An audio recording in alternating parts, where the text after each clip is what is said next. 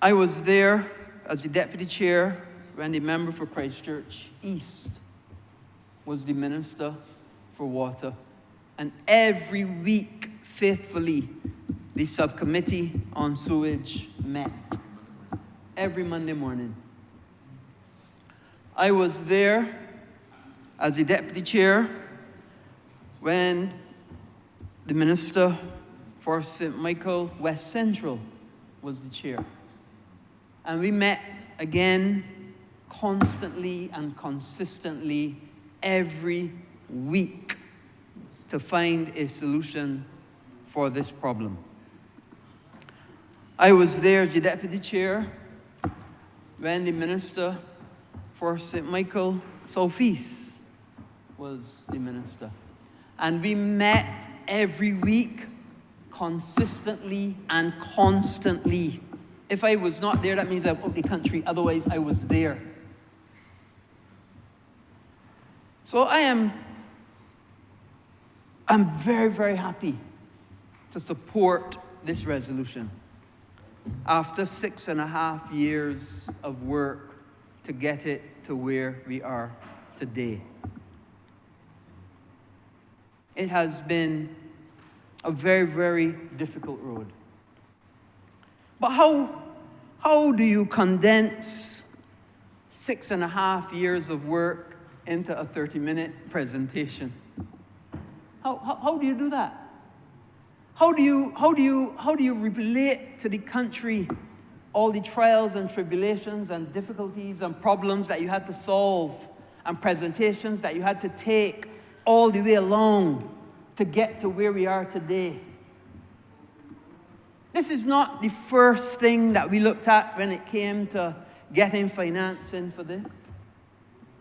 This is not the first thing we looked at when it came to fixing the problem on the South Coast.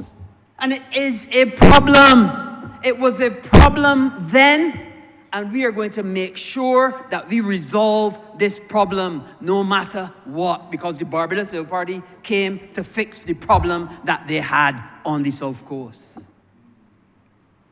And let me say, Mr. Speaker, you know what? What was really interesting as I listened to the member for Christchurch South? I found it very interesting. I'll explain to you why. The vast majority of people that suffered from the problems on the South Coast were the people in Christchurch South and Christchurch West. Christchurch South and Christchurch West. Because that is where the force main travels. It goes from Christchurch South, where it's treated to secondary level, and it's sent all the way down to Christchurch West, at the Hastings Police Station. It reaches a chamber, and it goes out then to the Needham's Point outfall. That is how sewage was treated in Barbados. But what was interesting, at no point at all in the member for Christchurch South presentation did he remember that he had constituents in Christchurch South that struggled for that period of time. I think that mentally he has embodied that he will no longer be the member for Christchurch South after the next election. I think he has mentally internalized that. Because how could a member of parliament make a presentation on sewage that was in his constituency and at no point connect to the people of St. Lawrence or connect to the people of Worthing, unless he has decided that he has conceded that the member from the other place will be the next member of parliament and he want to move to somewhere else. And I have an inkling we want to move to too. I've been hearing it. But I understand that they got people standing in his way where he want to move to. Somebody saying St. John is rat-proof. So it is always good to hear what somebody has to say. But sometimes you learn more from what they do not say. And that was extremely interesting to me. You know, Mr. Speaker, this has been a very, very long road. When we first came to office, the previous administration had put all of their bets on what was called injection wells. Injection wells. And the minute that they did the injection wells and brought them online, within a day, they failed. They failed. And they'd put all their hopes on injection wells. We came to office and we met and we looked at all possibilities how to solve the problem. I remember clearly one particular meeting where the member for Christchurch East had posited that we were going to put a person into the pipe, to put a patch on that pipe. I was very concerned. I was very, very concerned. You could imagine putting a person in a pipe to make a repair because all else had failed. Remember, for Christchurch East is bolder than me. It was done, and we tried and tested it, and the patch failed. It was a hard day. We then said we can try it again. Put a man back in the pipe. A man went into the pipe. A 12-inch, 14-inch pipe, I think it is. 14-inch pipe. To try to get this problem solved. A problem where we had sewage on our streets and people from all over the world hearing about don't travel to Barbados because there were travel advisories against this country. People, this difficulty and the stress we were under. And the member for Christchurch, he says, no, we have to take the chance. Put a man in the pipe again. To put on the patch again. Put on the pressure, fail. We tried to attach it from the top, fail. So we came to one conclusion. The only way that we could solve this problem is to have a new outfall. An alternate route, not using that route, a different route altogether. I remember clearly the Prime Minister saying, you must have plan A, B, C, and D. We've gone to A, failed. We went to B, failed. We went to C, failed. We did not let up. We said, no, we are going to D. We put all things in place to put a new outfall there. We had the studies done by a company called Beard to make sure that we knew the exact distance we had to go. We did the designs of the size of piping. We knew how we were going to weight it down because it was going to be temporary. It was going to last for a period of time, and then we replace it. We decided that we would put two. You heard the Prime Minister say that. An 8-inch and a 12-inch. We designed the weights, got the weights, bought the pipe, bought the couplings, got everything in place, got the consultants, and we executed, and it has worked ever since. And protected our country and our environment. You know, I heard the Honourable Member talk about sewage going into the sea. But the only time that sewage, raw sewage, went into the sea was under the Democratic Labour Party. We never put raw sewage in the sea. We put treated sewage in the sea. And we put treated because we put it at a distance that we knew it would not come back to the shore because we did the studies. I can remember clearly the color studies when we were given the presentation. I remember it as clear as day. And we don't only do that, we test benefit studies. We test that water constantly and consistently to make sure there's no issue coming back at all. We have been consistent and safe and secure. You know why? You know why we've been sure-footed? We've been sure-footed because of the number of failures in the past. And I must tell you, I take pity on the members from Barbados Water Authority. They have done fantastic work. But under the previous administration, they were under stress and trauma. Sometimes I think they're suffering from post-traumatic stress disorder, because that's how they behave sometimes. The trauma and the stress of knowing that as you worked, you could not get a result. And you had an administration that was not supporting you, but left you out there to see. But we said, no, we're going to get in there and we're going to support you every step of the way. Week by week, 2 ministers, 3 ministers in there, helping and giving advice as best as we can. Helping and giving guidance on policy. And reporting back to Cabinet every week so that everybody is abreast of what is happening. Those are the things that we had to do to make sure that we get this problem fixed.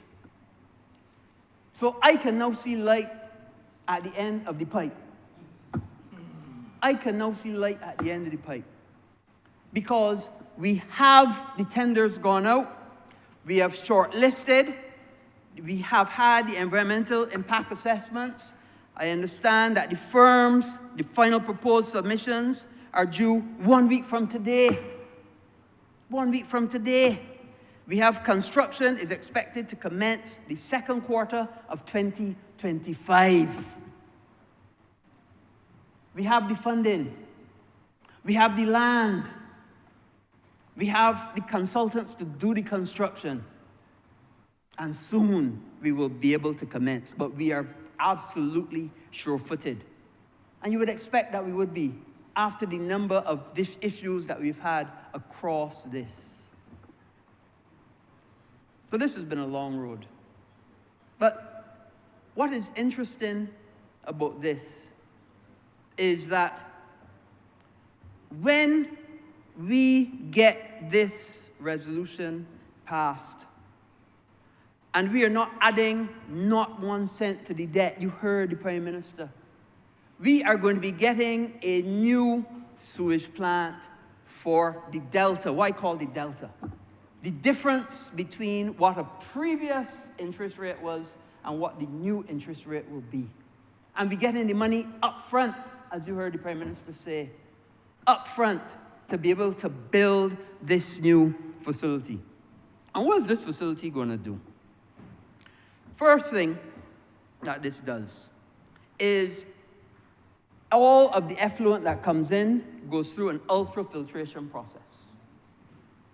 From the ultrafiltration process at the current South Coast sewage plant, the effluent then moves to the new plant.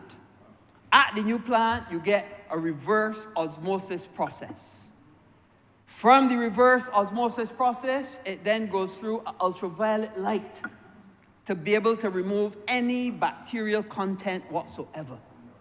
From there, it is then piped up to river.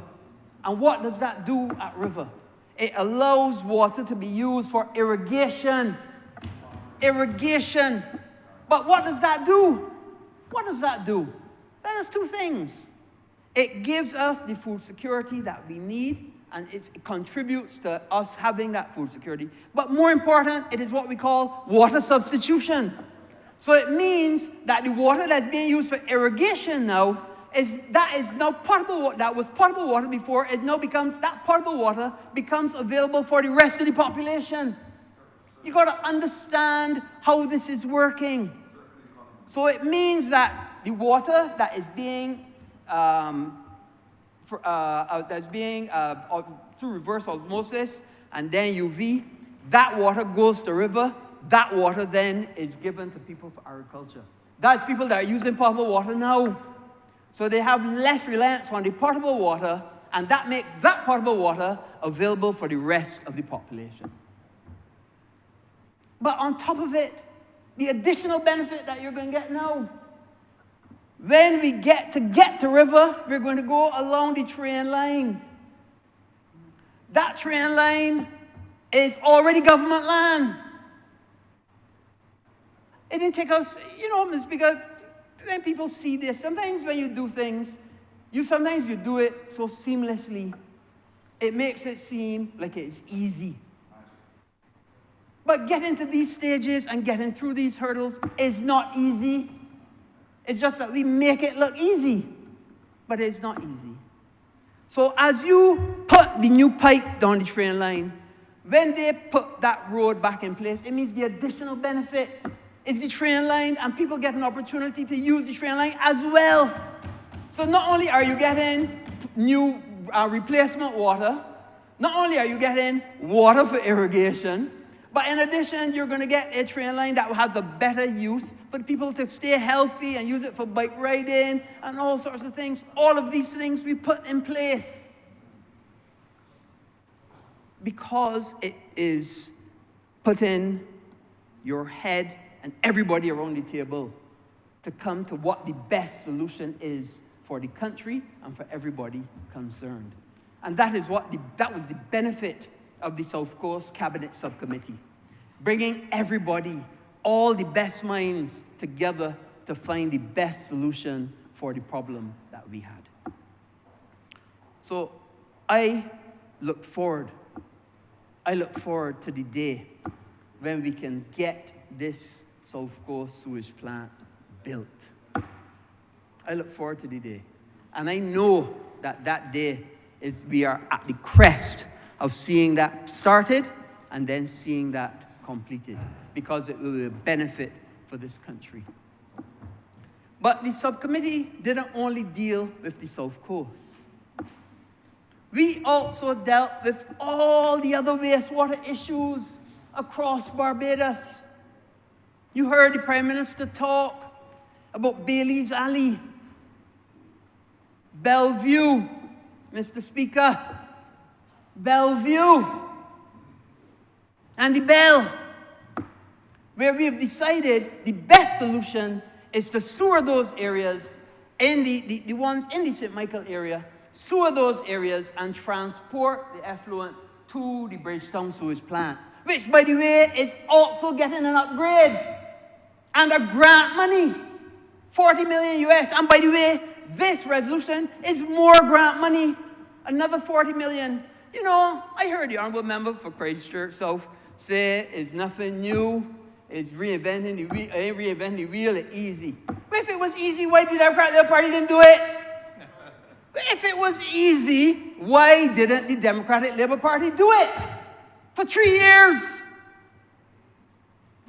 If the Honourable Member could tell me why they didn't do it, I would say, no, and give you as to why they didn't do it, because it was easy. It was easy. It was done in all these other places, and it was very, very easy. But yet still, nobody in the Democratic Labour Party could get it done. Not one man. Not a group of men. None of them could get it done, but it was easy. It was easy. I posit it was not easy.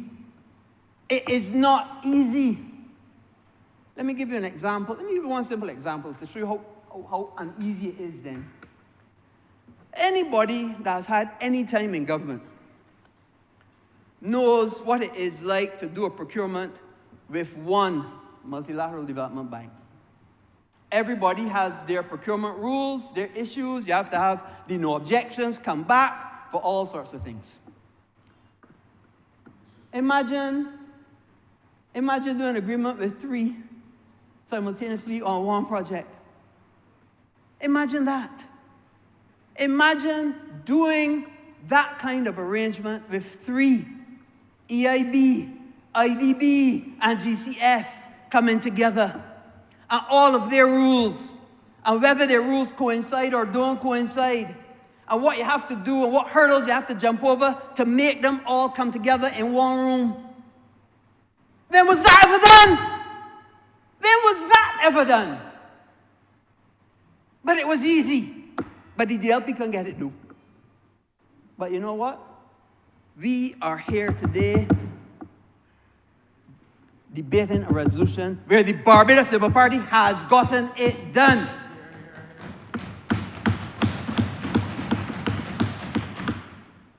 6.5 years of work, and I take my hand off to the members of the Barbados Water Authority. And I didn't ask for permission to call his name, but Dr. Mwanza, Brian Stewart, Mr. Eli, Keith Roy Halliday, who went through time and time again, meeting after meeting. Flores Vermillion, Alex Eiffel, meeting after meeting, meeting after meeting with War Multilateral Development Bank, then a second, then a third, then bringing them all together and harmonizing all of their rules. That could be easy. And then on top of it, get a grant. A grant. What that means? That means money for the government that you don't have to pay back. A lot of people don't understand these words. Money that you don't have to pay. If somebody could tell me, when did the Democratic Labour Party get a grant for $40 million? When? When? Because it was easy. When? Nobody in living memory could think of when the Democratic Party got a grant for $40 million. But you know what? That was the second grant. Because the first grant was the Triar crew for another $40 million US. So we're talking about $80 million US in grants done by the Barbados Labour Party and the Prime Minister of Barbados and the Ministry of Finance and the Barbados Water Authority working together to do something for the people of Barbados. When did the Democratic Labour Party get those kind of grants? Anybody? I give way. I give way. When did the Democratic Labour Party get a grant of $40 million US? When? Because it was easy. Well, it was not easy. It was not easy. 6.5 years, Mr. Speaker, of my life. Because I made sure the people of Christchurch West suffered more than anybody else in any other constituency. They suffered more. From Rendezvous all the way along to Hastings Police Station with effluent coming up in the roadway. And I made it my business. I would not resile from the job. I made sure that we had a way forward. I can't go into everything. I can't go into all of the difficulties. I went into a few of the failures. But we had successes too. We had successes too. We were able to do things in the Graham Hall Swamp to make things better. We had to fix the nature sanctuary that his administration polluted. Polluted. We had to send in people in there to fix in there. We had to fix, and a lot of people don't understand, Graham Hall is 2 sections. One section is the private nature sanctuary. The other section is a set of tributaries maintained by the government of Barbados. We went in there and made sure that everything was back to normal because it's a Ramsar site. It's the only Ramsar site in Barbados, a very, very important protected site. And we went in there and made wrong things right. Just as we do all the time. Make things that the Democratic Labour Party did wrong and make them right. That's what we do. But there's one other part that I want to deal with. The member for Christchurch Essential brought it up, and I want to talk about it. It has to do with the temporary outfall. He mentioned it a little bit, but I'm going to mention it a little bit more. So the temporary outfall, as I said earlier, is held down by weights. It is a 12-inch and an 8-inch. We knew, and every time a system is coming into our region, I am concerned and I am praying. Praying that nothing happened to the outfall. Every single time for the 4 years or whatever that it was there. Lo and behold, Beryl came by, and one of the 2 got damaged. And we had to quickly go in. We recognized it was only one. We switched over from the 8-inch to the 12-inch. The 12-inch continued. The 8-inch had to be repaired. And we quickly went in and repaired it. I invited the Honourable Member for Christchurch South, when we were going through the discussions for the repair, to come and meet me down there. I'm still waiting. I'm still waiting. But you remember in a way, I guess, as I said, he's decided that he's no longer the member of Parliament, or he will no longer be after the next election. The member of Parliament, because so he don't mention or have anything to do with the constituents in Christchurch. So he's busy in St. John. But anyway, I can come a little bit to that. So right after we went in and do the repair, lo and behold, some humbug decided that the government got how much? $80 million loan to fix the outfall. And what will we do with the money? Some humbug. The same humbug that stopped you from going up in St. John. The same humbug. Some humbug decided that he went and read something from the Caribbean Development Bank website, and the government get $80 million. Well, let me make it pellucidly clear. We did not go forward on that. And you know why we didn't go forward? I'm going to explain to you why. When we decided that we were going to put the outfall there, a permanent outfall, we had the engineers come and give an assessment. The assessment was that it was going to cost, I think, $30 million or something like that. We said that is reasonable, $38 million US. We said that is reasonable. We started negotiations for the loan. Yes, we did. And CDB was prepared, and they said that yes, they're prepared to finance it, to be able to cover a new outfall at the Worthing area. When we actually went to tender, to get a contractor to actually do a new permanent outfall, the tenders come in at almost twice what we'd anticipated. And we said no. So we pulled back from that. We said no, because we have to do what is best and right for the people of Barbados. So that is why we never went forward on that loan.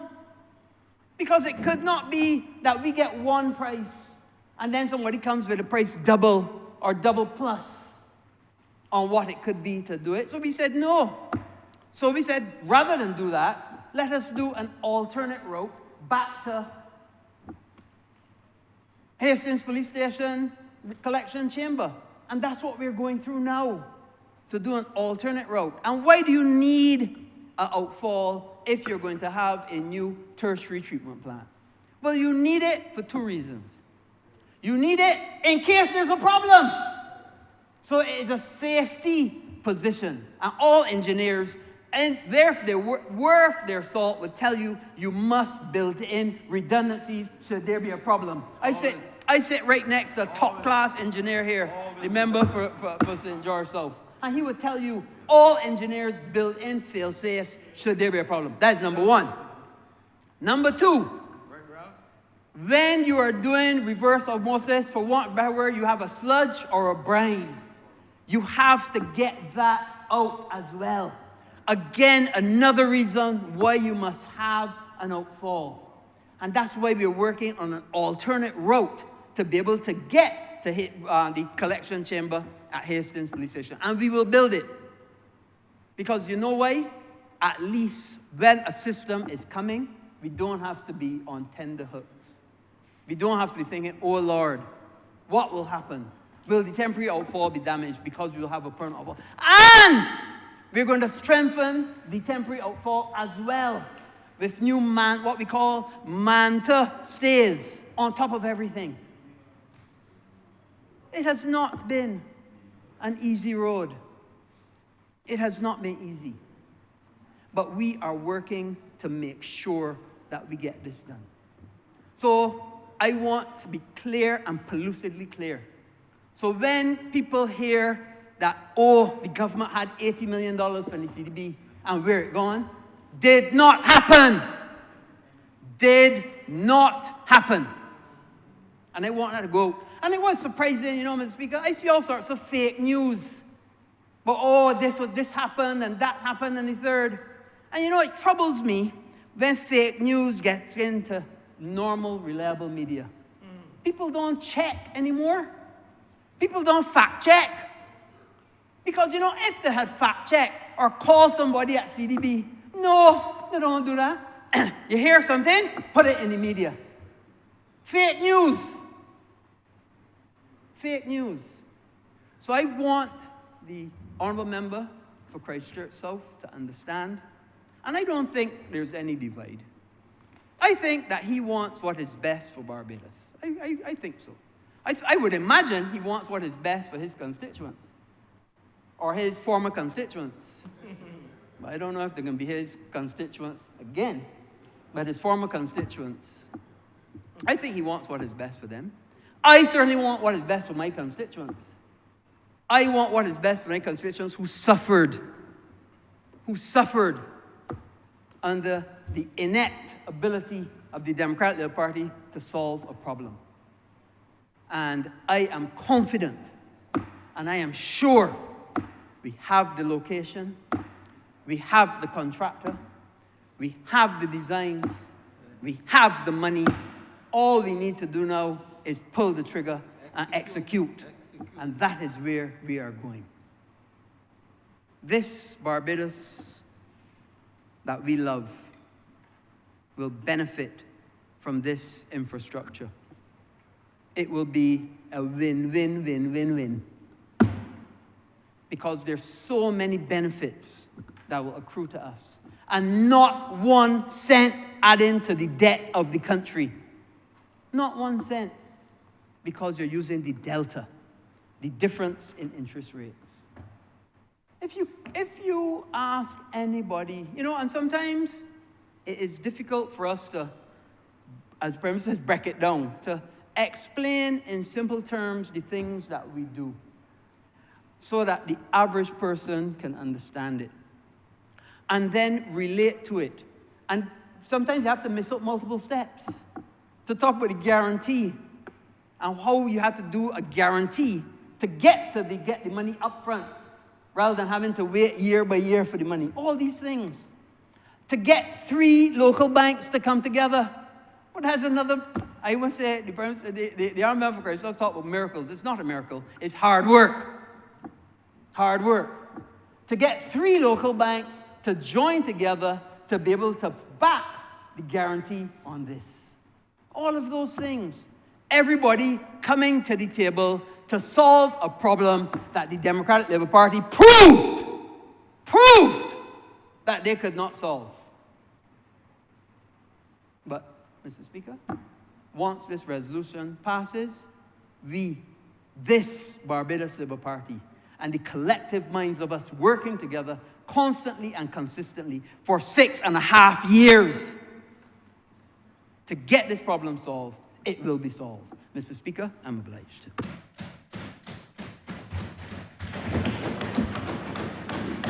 Honourable for Christchurch, please. Mr. Speaker, I want to thank my colleague who just spoke, the Honourable Member for Christchurch West, because if there were 2 people who felt the pain of what we went through in 2018, the most and most acutely, it was myself and the member for Christchurch West. Sir, I was going, as is my custom, to address most of what was said by the Honourable Member for Christchurch South. But quite frankly, the Prime Minister dealt with him in a way that really doesn't require anything to come behind that to water it down. So I want to address his point number 4 and a comment that he made that if the Barbados Labour Party is proud to claim the ownership of sewage in Barbados. That was the exact wording. Are you all proud and patting yourselves on the back to claim the ownership of sewage in Barbados? I think sometimes it's necessary just to clarify what somebody is saying. And, well, we are not proud to own sewage in Barbados, sir. We are proud to own the fix for the sewage and the issues that we found in 2018. Sir, is at this point, I mean, the full story, this has never actually ever been told. Very few people know everything that happened in that point in time. But because we are now at the point of engaging in what the permanent solution was envisaged to be, is perhaps opportune for me to enlighten other persons, the public, and most particularly the Honourable Leader of the Opposition. I remember, sir, the day when the election results were announced, and as everybody does, you sit down, you're waiting for a call. You're waiting for the Prime Minister to call you. You always hear the jokes about it, you're waiting for a call from the Prime Minister. And it's a real thing. I remember where I was sitting down drinking my coffee, as I do every morning. I was talking to my wife, and I got a phone call from the Prime Minister. And she said, "Wilfred?" I said, "Yes, PM." She goes, "I guess you know why I'm calling you." I went through the motions, "No, PM." And she said, "Wilfred, I want you to be my Minister of Energy." And I started to laugh. And she goes, "What's so funny?" I said, "Prime Minister, you have no idea how relieved I am." She goes, "Why?" I said, "Because I was frightened that you were going to put me in charge of the Water Authority and the sewage." She goes, "You didn't let me finish. I want you to be my Minister of Energy and Water Resources." At which point, sir, the laugh just choked up in my throat. And we had a conversation, we had a frank conversation, and she said, "I see you as the person who can fix this, who can tackle the problem and fix it. I want the sewage off the streets of Barbados within the next 7 days." That's what she said. The sewage must be off the streets of Barbados within the next 7 days. And a fix started. Not planning, not tendering, not nothing. And the fix started within 28 days. That was the charge the Prime Minister gave me, sir. I knew nothing about water. I knew nothing about sewage. I knew nothing about engineering. I was one of the worst students at Arson College in chemistry. I don't know about chemistry, biology. I was good at English and French and history and those sort of things. Sir, I had to completely immerse myself in a field that was as unfamiliar to me as any I've ever been in. But that's the difference between us on this side and he who sits on that side and his predecessors before him. Some of us end up in ministries that we weren't familiar with, but we did what we had to do. We made ourselves familiar. We did the work to understand what our task was, and then we did the follow-up work to complete the task assigned to us. And we took great pride, sir, in actually tackling head-on the major problems facing Barbados and doing it on behalf of the people who put their trust in us in 2018. Sir, the Honourable Member for Christchurch West spoke about the meetings we had every Monday. But sir, that was actually the full committee meeting. But we had meetings every Monday, Tuesday, Wednesday, Thursday, Friday, Saturday, Sunday, Monday, and multiple meetings. When we decided on what the immediate action should be, it was not a decision, a reckless decision on the part of a couple of people who didn't know. Every interest group in Barbados that had a role to play in this was at those Monday meetings. It was private persons, private engineers, the government engineering department, it was Ministry of Health, EPD, Coastal Zone Management, Water Authority. Everybody who had a thing to say or could contribute in there. Those meetings were big. They had about 30 people in them. Even when we started to do the fixes that the Honourable Member spoke about, it wasn't that people were just flowing and towing the line. EPD was representing their part of it. Ministry of Health was representing their part of it. The conservationists and the naturists were representing their part of it. Water Authority was giving us their advice. Tourism was giving us their issues. But what it allowed us to do, sir, which I don't think was done before, was to actually understand holistically,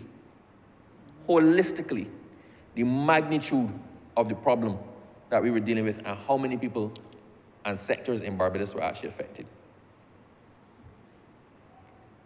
The first thing we did, sir, to get the water off the street, what was the fail-safe for the plan as it was designed? Interestingly, the fail-safe for the plant, as it was designed, whenever it was initially designed, sir, was if they had a problem with the plant, empty the sewage in the swamp.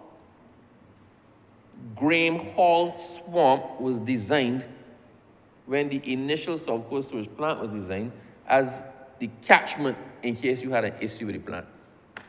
Most people don't know that. I said, we can't do that. We can't do that.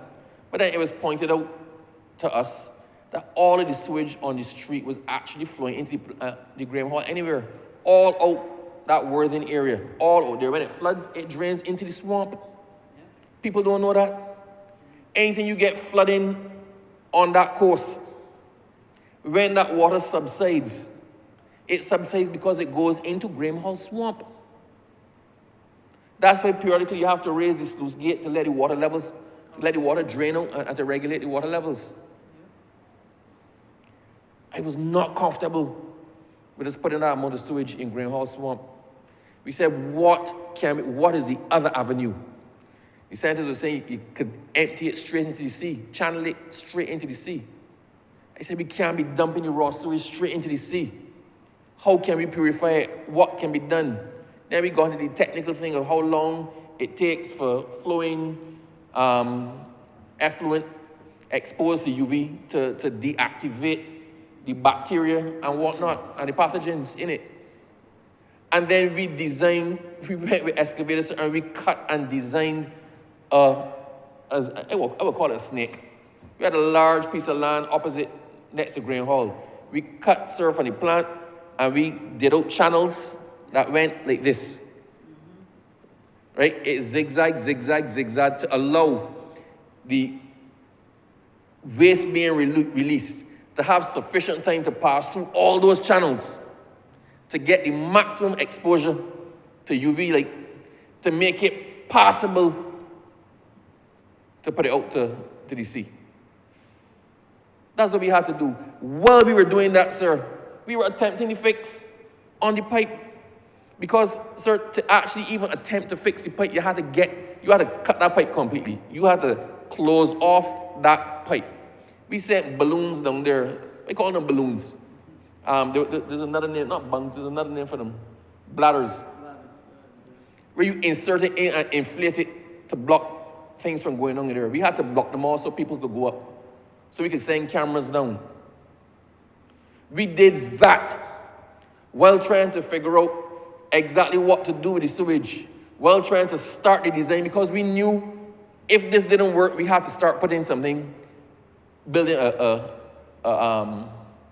outfall as close as possible. We pulled up the water flow things. We dealt with the consultants who had mapped the tidal flows off of Barbados to find out if you put something right here in Graham Hall, where does it go?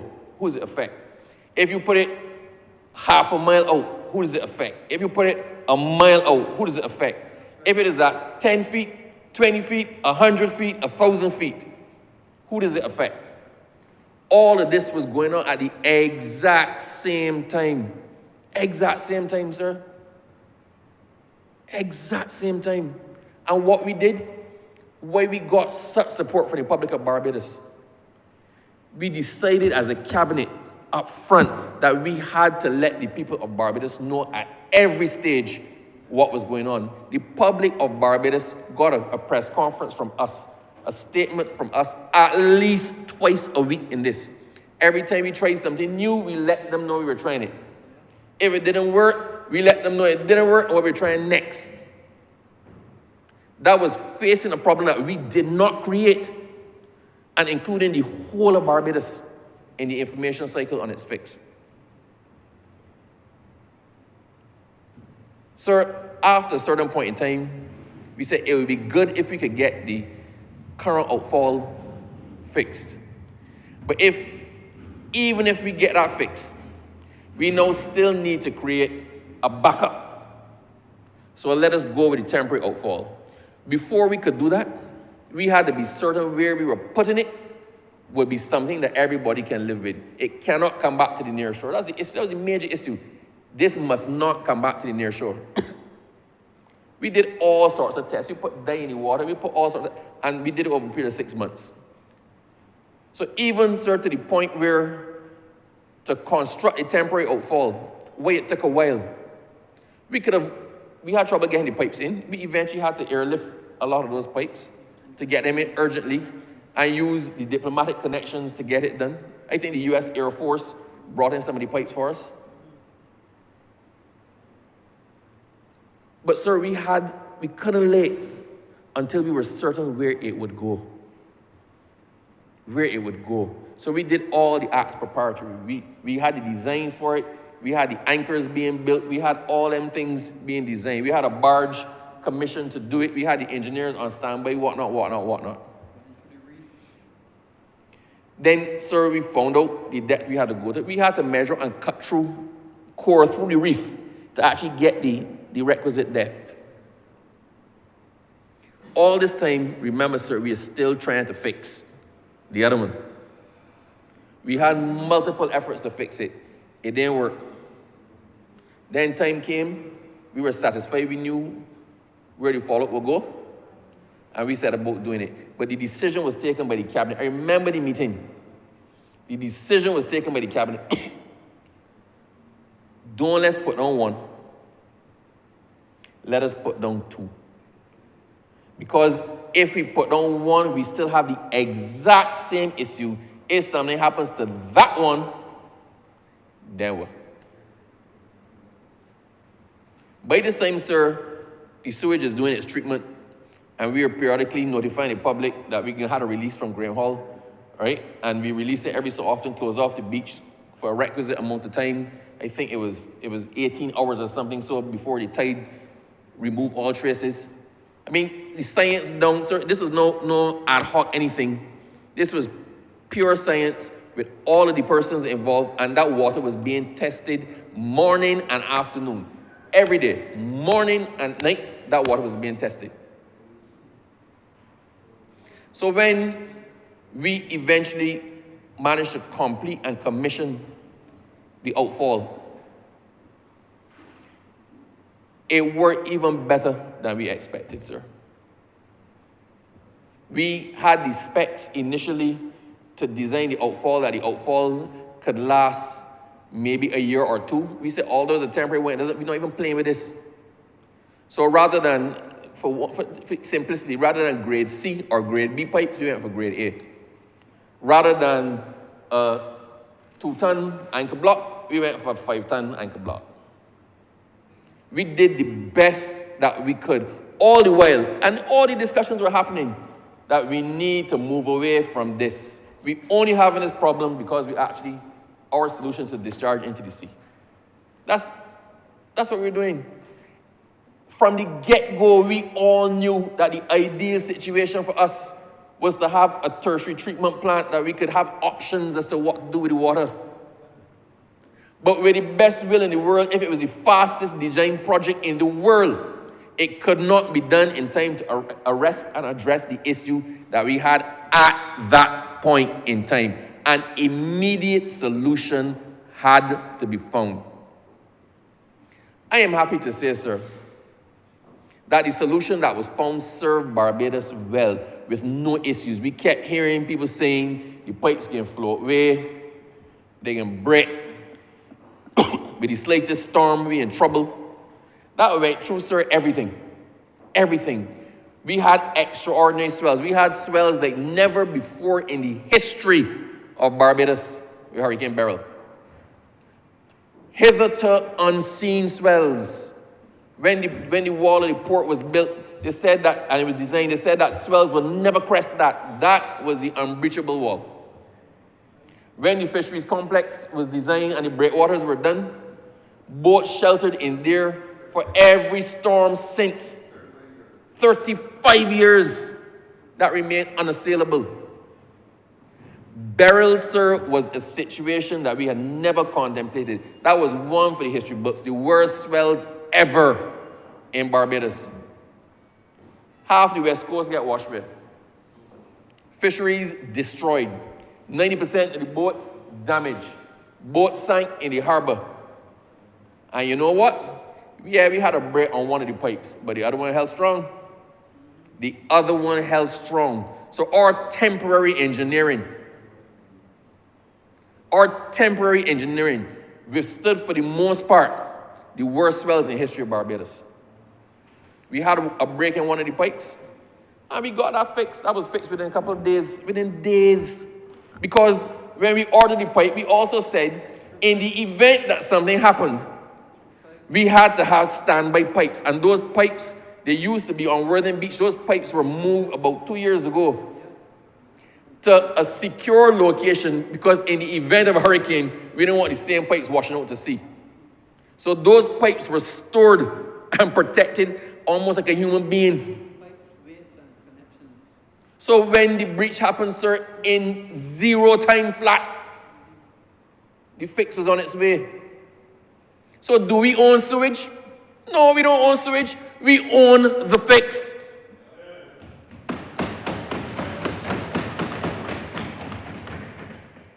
Sir, the other issue I had, because my friend from Christchurch South was harping about, we've gone past that. I use the word friend loosely.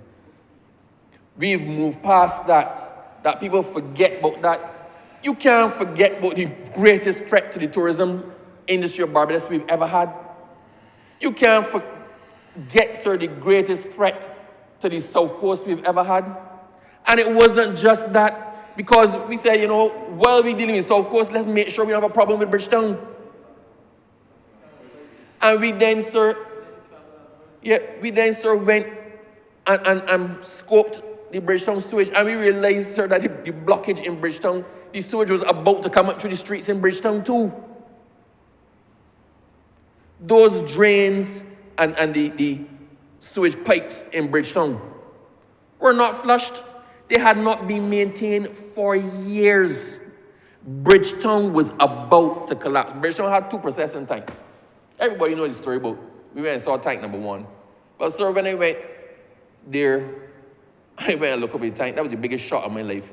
If anybody has seen that movie, Jumanji, so that's what it looked like. I expect to see apes and chimpanzees swinging from down in there. I could not believe the whole of Bridgetown, after Gabby sang his whole song, the whole of Bridgetown and its environs being serviced by this one sewage plant, which had 2 tanks. And somebody thought it was okay to have one of those tanks entirely out of commission. If the other one failed, then what? So while we were dealing with the South Coast, we were also dealing with the Bridgetown answer, and that wasn't as hard a fix. That was simply a matter of political will. Somebody saying it has to be done, do it. And it was done. We perhaps made it look too easy, sir. We made it look too easy. I heard the comments from George Street that the minister at the time didn't do nothing. He came in there, a plan was already in effect. So when the government came in, the plan just continued and the thing was fixed. Hogwash. The greatest failing, I can't even say the greatest failing because there's so many, sir, it'd be impossible to accurately balance. One of the greatest failings of that administration was inertia and inactivity and a lack of responsibility. Barbados has been too forgiving on them, and maybe we have not hammered them enough on it. Maybe we have not hammered them with sufficient details that people can understand, but sir, we are that government that says face it, fix it, and move on. Face it, fix it, and move on. We're not dwelling in the past. We did what we had to do, we fixed it, and we moved on. We did a temporary outfall when a temporary outfall was necessary. Now we move on to what we actually want, a tertiary treatment plant. So I find it a little bit offensive, sir, when the Honourable Member came to address or to respond to the presentation by the Minister. The Minister who came justifiably proud of himself, justifiably, that he effectively found money. He found a way to take what we had to pay and make that stretch. To take what we had to pay and add on to the benefit so that we pay the same amount but got almost twice the benefit. Now, sir, if that is not something to be proud of, I don't know what is. And if perhaps the last set of people who occupied the seat of government had half of the initiative, half of the foresight, half of the follow-through, we would never have found ourselves in the position we were in 2018. Never. So, I know it is not in his interest to acknowledge the good work that the Honourable Minister in the Ministry of Finance is doing. I know it is not in the interest of the member for Christchurch South to do that. And I know the Honourable Minister can't pat himself on the back, but he deserves every accolade that we can give him. Every accolade that we can give him. It wasn't just sewage. In 2018, we were at the bottom of the financial ladder. We were the third most indebted country in the world behind Greece and somebody else, right? Per capita. The third most indebted, holding that position that Haiti was above us. Everybody we look at and think that is the economy is struggling, as a country in crisis, they were all above us. He talks about us borrowing money and increasing our debt when we're actually not increasing our debt, but they couldn't borrow. People are lending us on the most favorable terms. People are falling over themselves to lend Barbados money. They could not even borrow, sir, nor get a grant. They couldn't get an overdraft, sir, to get an extra box of Kentucky or Chafet. That was the real position that we found ourselves in. Let us be real. Everything in Barbados was falling apart. It is in his best interest to forget that and beg Barbadians to move on. But he raised it in here. Everything was falling apart. He talking about some people didn't get garbage collection for the last couple of weeks. People weren't getting garbage collection for months. We have some trucks down, but we have trucks. We had no buses. No buses, sir. The economy has stalled completely. People forget our fear was that the dollar was going to devalue. We've come so far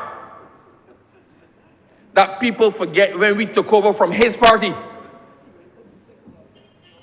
the dollar was about to be devalued. That was the real fear. The first cabinet meeting we had, the very first one, the Prime Minister said, we need to address something now. I don't know if the other members can remember this. We need to address something now. Who believes we have to do everything to stop the dollar from devaluing? She explained if the dollar devalued, what that would mean. She explained what the other side was. And Cabinet had to make a decision. We had to call it because once we picked that route, everything else was determined by that decision. And the decision to a man in Cabinet, everything, whatever we had to do to keep the 2-to-1 peg to the US dollar, we were going to do. So we have not just done that and kept it, but our dollar is now so secure. We have reserves, grandmother. We have reserves that we never contemplated. When we took over, there was no contemplation. We would get to this position where the dollar was so safe. But the other side wants you to forget that because it is not in their interest that you remember. Are we better off than we were in 2018? Hell yes! Only a mad person would ask that question.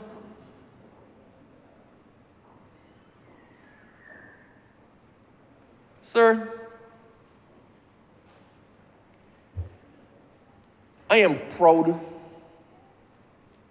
to be a part of this government. I believe in Barbados. And I believe in Barbadians. This new sewage treatment plant, sir, is the next step to where we want to be. And just for the record,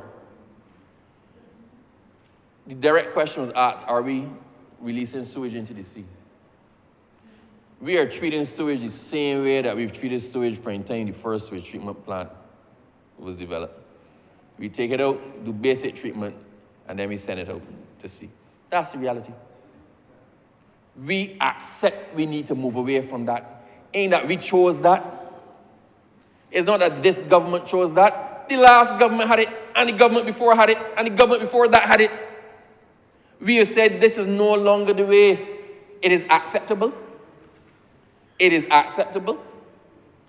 But this is no longer the way. We can do better. And our role as a country should not be to plod on by and toe the minimal line of acceptance for third world countries. Our role as a country is to try to do the best for Barbados and the best for Barbadians, infrastructurally, technologically, all the measures and metrics of advancement. We are supposed to be asking for the best for Barbados, and that is what we are doing. So for somebody to use their position in here to spoke fear, to grab desperately for a headline, to keep repeating themselves in the hope that the media picks up on the one thing they're saying and it creates some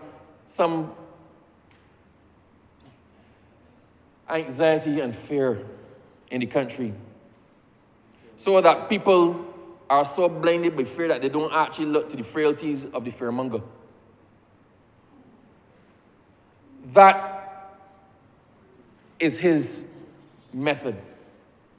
He talked about Goebbels. I know him as Joseph Goebbels, right? As probably the rest of the world knows as Joseph Goebbels. But he wants to talk about propaganda. Sorry, sir, the Honourable Member wants to talk about, he objects to calling people he in here. Don't mind the Honourable Member referred to the Minister in the Ministry of Finance, sir, over and over as he, him, he. Sir, that propaganda assumes that Beijing's still paying for education and can't afford it and don't go. The reality, we have done way more in the last 6 years than any other government in a 6-year span has ever done. We have probably done way more, sir, in the last 6 years than if you add up all the time the DLP was in office from the time of independence. We have done more in the last 6 years than they've done in that time. So, are we proud of it? We have every reason to be. But, sir, it's not a pride that stops us from working. We are glad to see where we have gotten, but we see so much more in store for Barbados, so much more in store for Barbadians. And I believe, sir, that all the other, I can't include you in this, sir, because you're impartial in this house, but the other 28 of us who occupy these seats, I think really want to see Barbados succeed and succeed against the odds. And in doing that, sir, we must open ourselves to all the avenues of advancement that are available to us. We must find every opportunity to make the most of our situation. Like when you run a household, sir, you look for every opportunity to cut and save and reapply monies. The aim is to try to make the most of the budget that you have, the fixed amount you have. And this resolution, sir, allows us to do that. It allows us to add on and add on and add on without actually increasing what it is that we owe. At the end of the day, we get him way more bang for the buck than we were before the terms of this resolution were negotiated. So, in saying all of that, do we own sewage in Barbados, sir? No. I think the Dems own sewage in Barbados. The Dems cultivated it. The Dems propagated it. The Dems flooded the streets with it. The Dems continue to spout it. The Dems swam in it. I think, sir, the ownership of sewage and sewage-related things in Barbados belongs to the Dems. But, however, sir, I will proudly say that we own the fix. And having said that, sir, I entirely support this resolution. Thank you.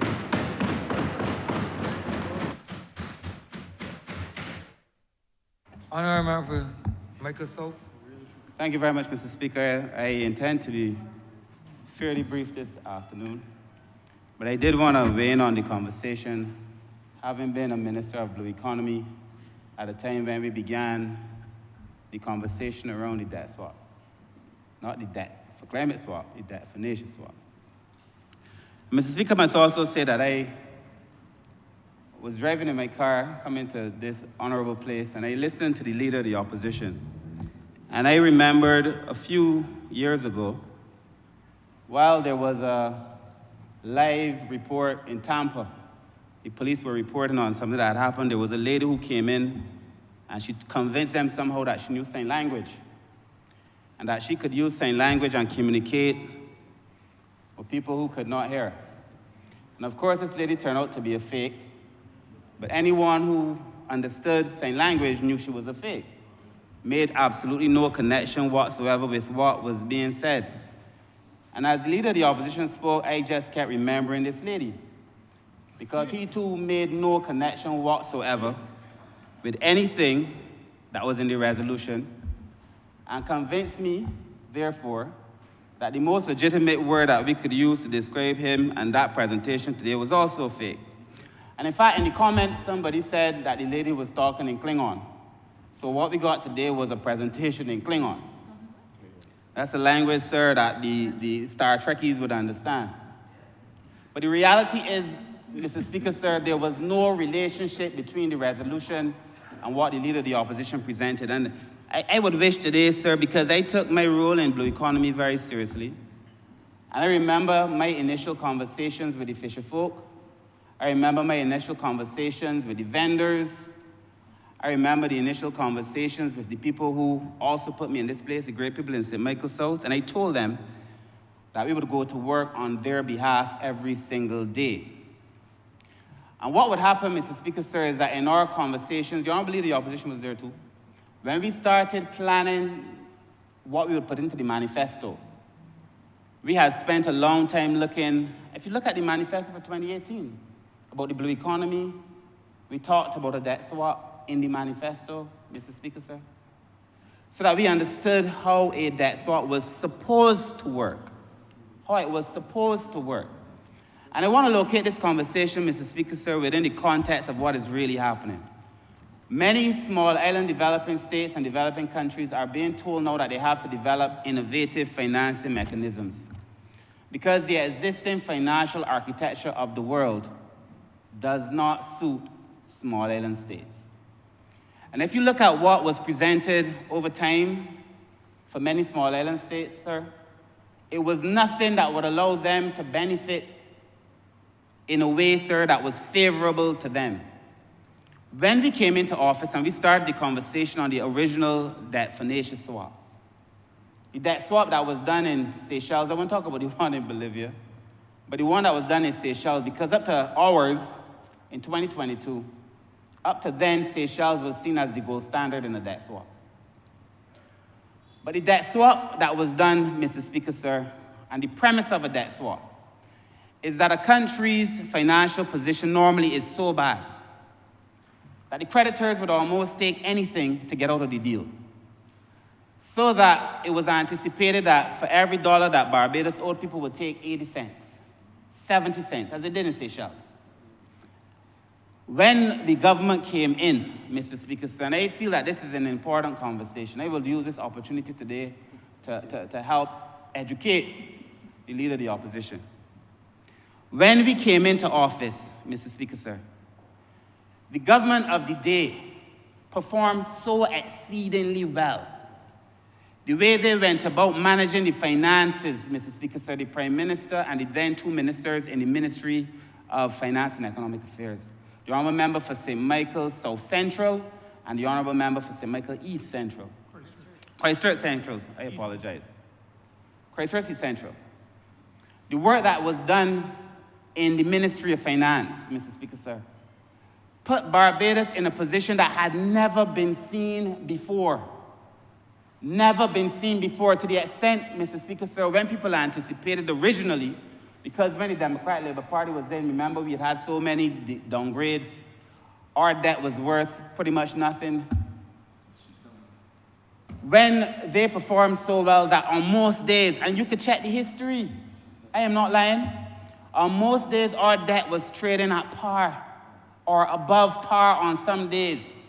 So what that meant was that instead of having a situation where a person would take 70 cents instead of the dollar that they owed, people who had debt Barbados debt said, you got to pay me my dollar, because I know at some point this country, the way they're looking now under the leadership of the Barbados Civil Party and the Honourable Prime Minister, I know that they will be able to repay at $1 for every single dollar.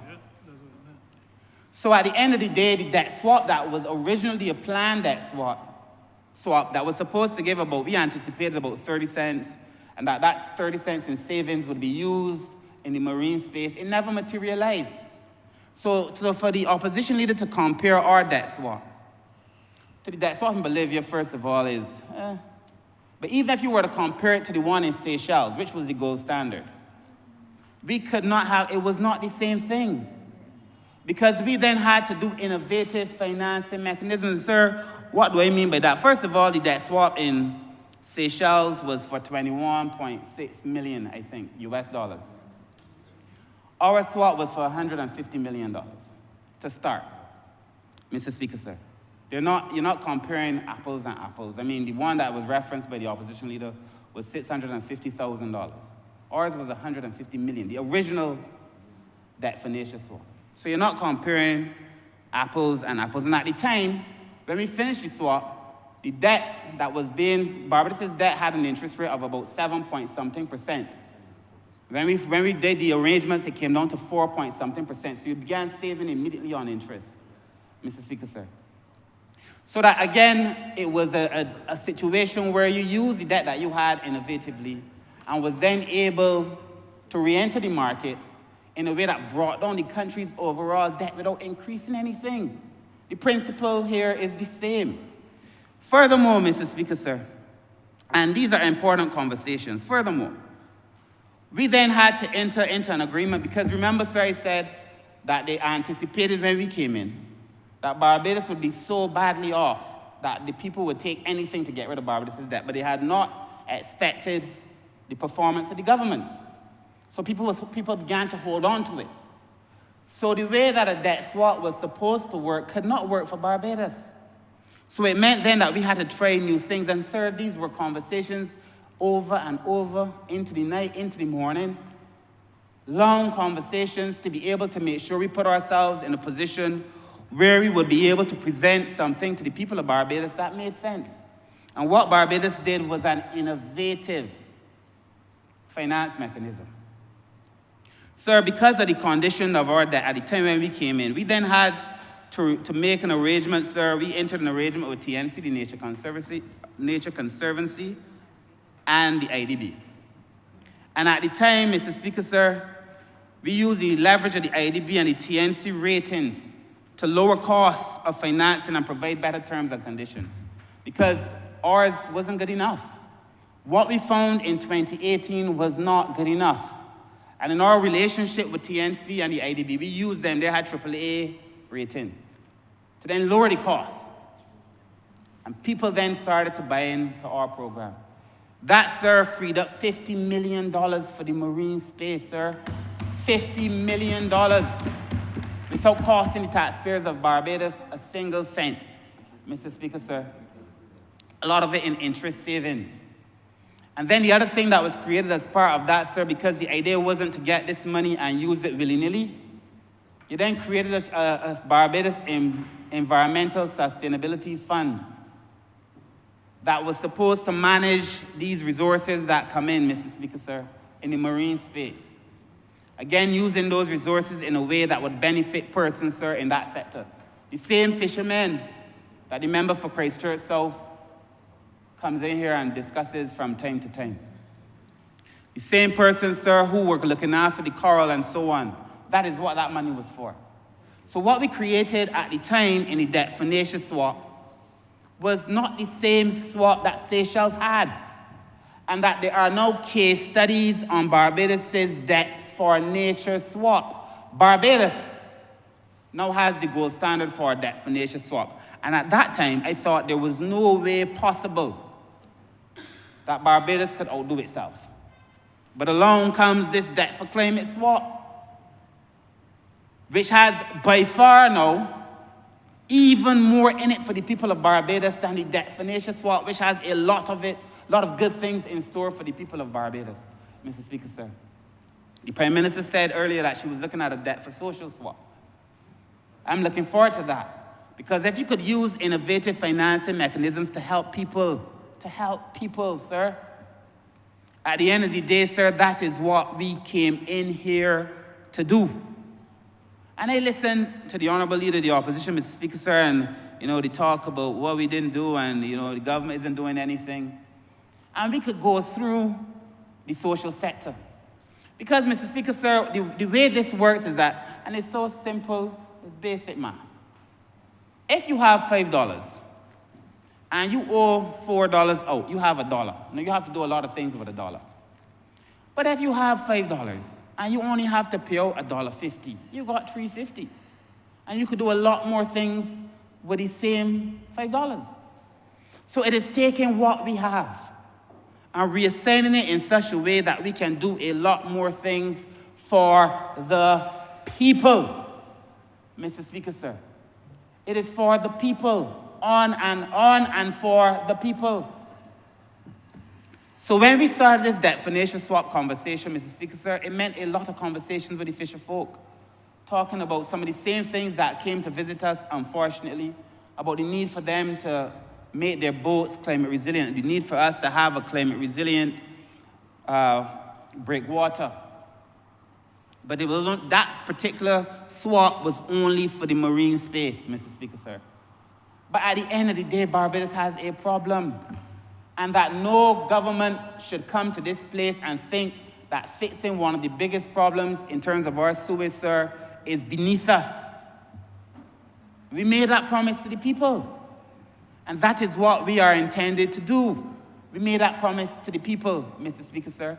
And my constituents who reside on Bay Street can still remember, sir, how the smell came all the way down to the average persons who reside still out there, Mr. Speaker, sir. And so if it is the principle of the swap that is causing the misunderstanding, because I genuinely believe that the Leader of the Opposition misunderstands. If it is the underappreciation, perhaps, for how a swap works, then none of us on this side, I think, is opposed to spending a few minutes and explaining how it works. If it is, at the end of the day, that this is some intent, sir, to mislead the people of Barbados, well, that is an unfortunate reality. Because when the debt for social swap comes, sir, I suspect that the same nonsensical argument that was made today will be made in relation to that, because the principle of it is not understood. And the principle of the debt for nation swap, Mr. Speaker, sir, is about reassigning. The principle of the debt for climate swap is the same thing, but with a lot more in it for the people, Mr. Speaker, sir. And if we are privileged enough to have another debt swap, the same principle applies, Mr. Speaker, sir.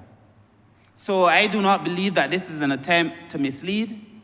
Then he would be the misleader of the opposition. But I believe that at the end of the day, is about lacking understanding. So I have explained, sir, the principles of a debt swap. The principles of a debt swap. And the idea about who goes first and who goes last. But there's a deeper, more philosophical, and I will close on this point, Mrs. Speaker, because I wasn't planning to be long.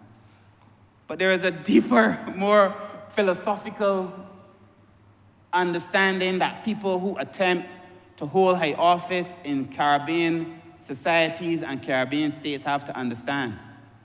And that is, sir, that the international financial services sector was not created for us.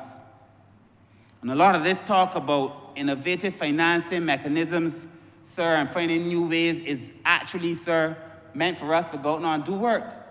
And when the Bridgetown Initiative came, for example, sir, when I read some of the comments on the Bridgetown Initiative, it was almost, to me, telling about the people who were saying some things. Some persons in the developed world were surprised.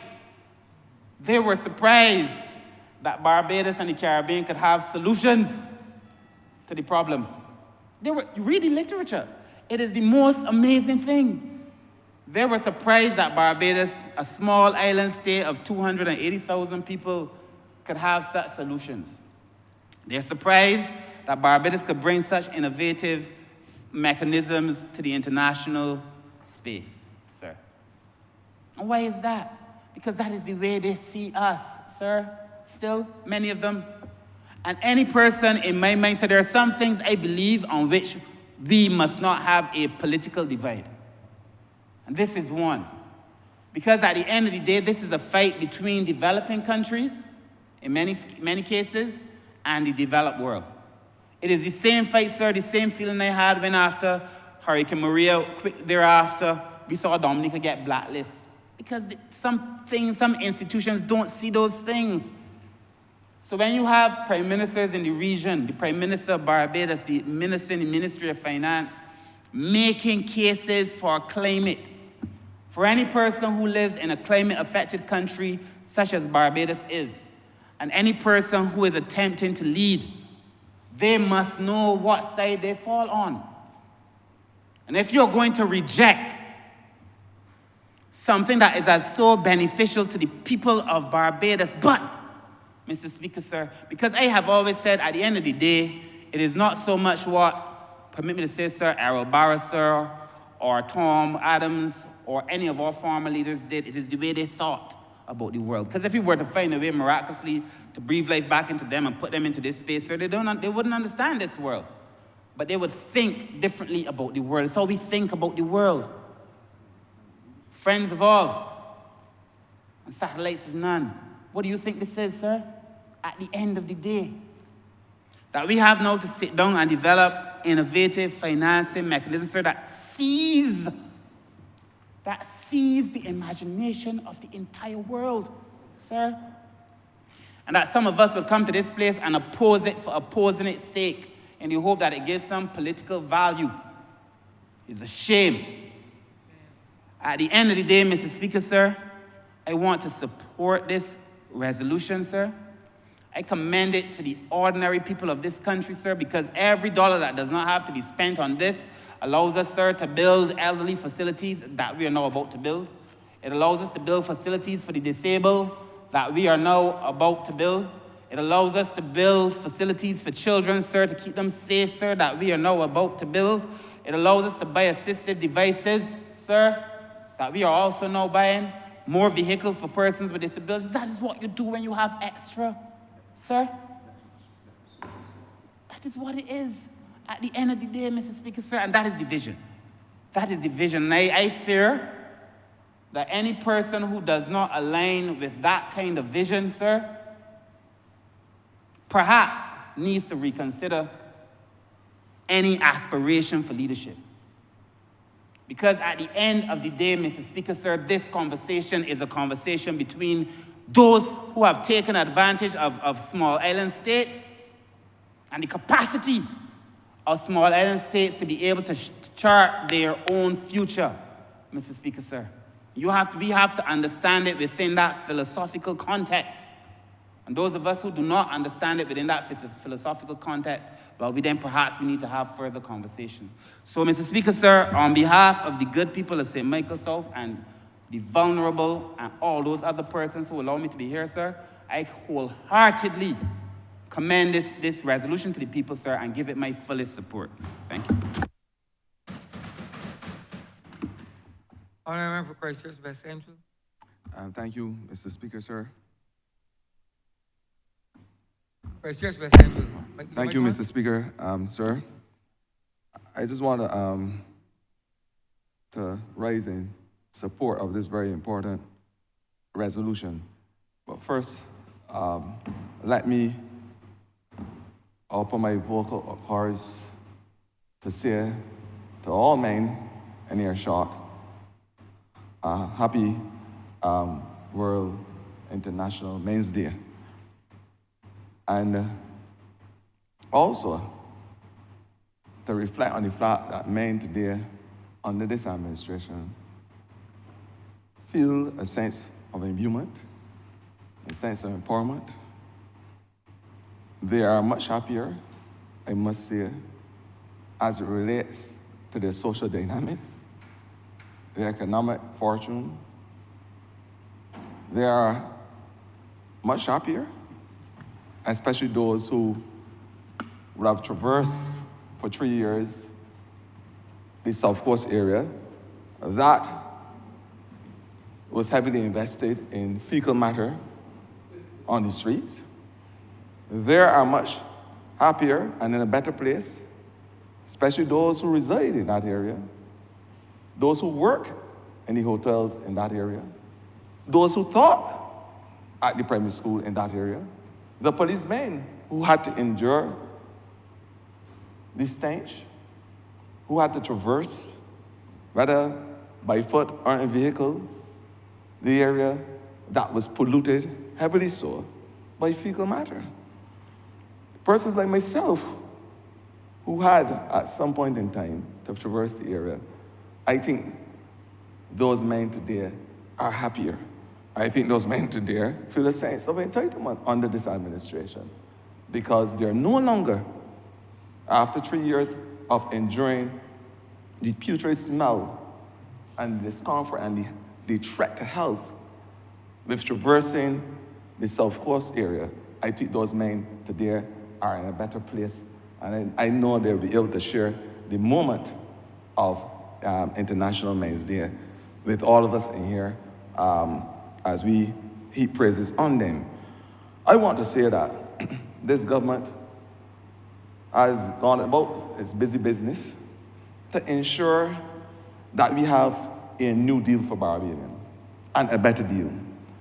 We have gone about our busy business, and the Member of Parliament for Christchurch East spoke lucidly about his mandate given even at the onset of his sojourn as minister back then, where he was told in a matter of weeks, face it and fix it.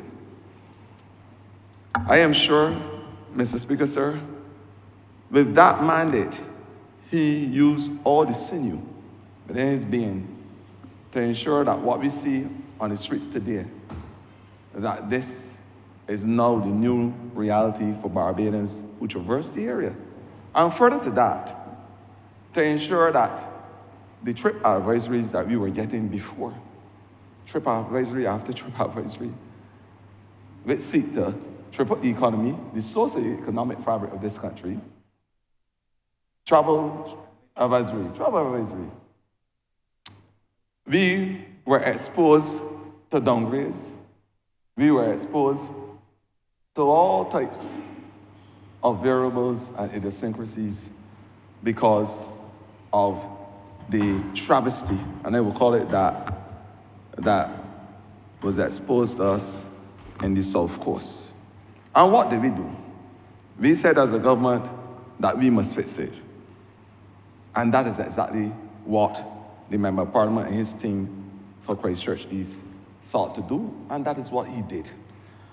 I want to say, Mr. Speaker, we are now going a step further with this new resolution, where we are unlocking to the tune of $120 million US dollars, where we can look with a debt for nature, new innovative mechanism, where we can now look to have a tertiary facility so that persons now not only could feel a sense of comfort, but allow for Barbados, which is recognized as the 15th most water scarce country, to be able to have water, millions of gallons being channeled to the river and plantation area so that we can have the survival of the agriculture industry.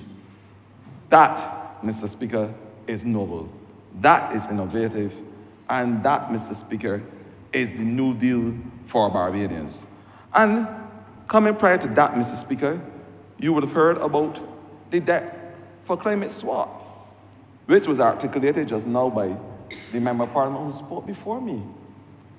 And limpidly so as well, where he was able to explain in detail from the inception to the realization of that debt for nature swap, where we would allot $50 million for marine conservation, starting with a marine spatial plan, which will seek to demarcate the ocean or blue space in a special way so we can have sustainable development and achieve our sustainable development goal, which seeks to look at life in the ocean space.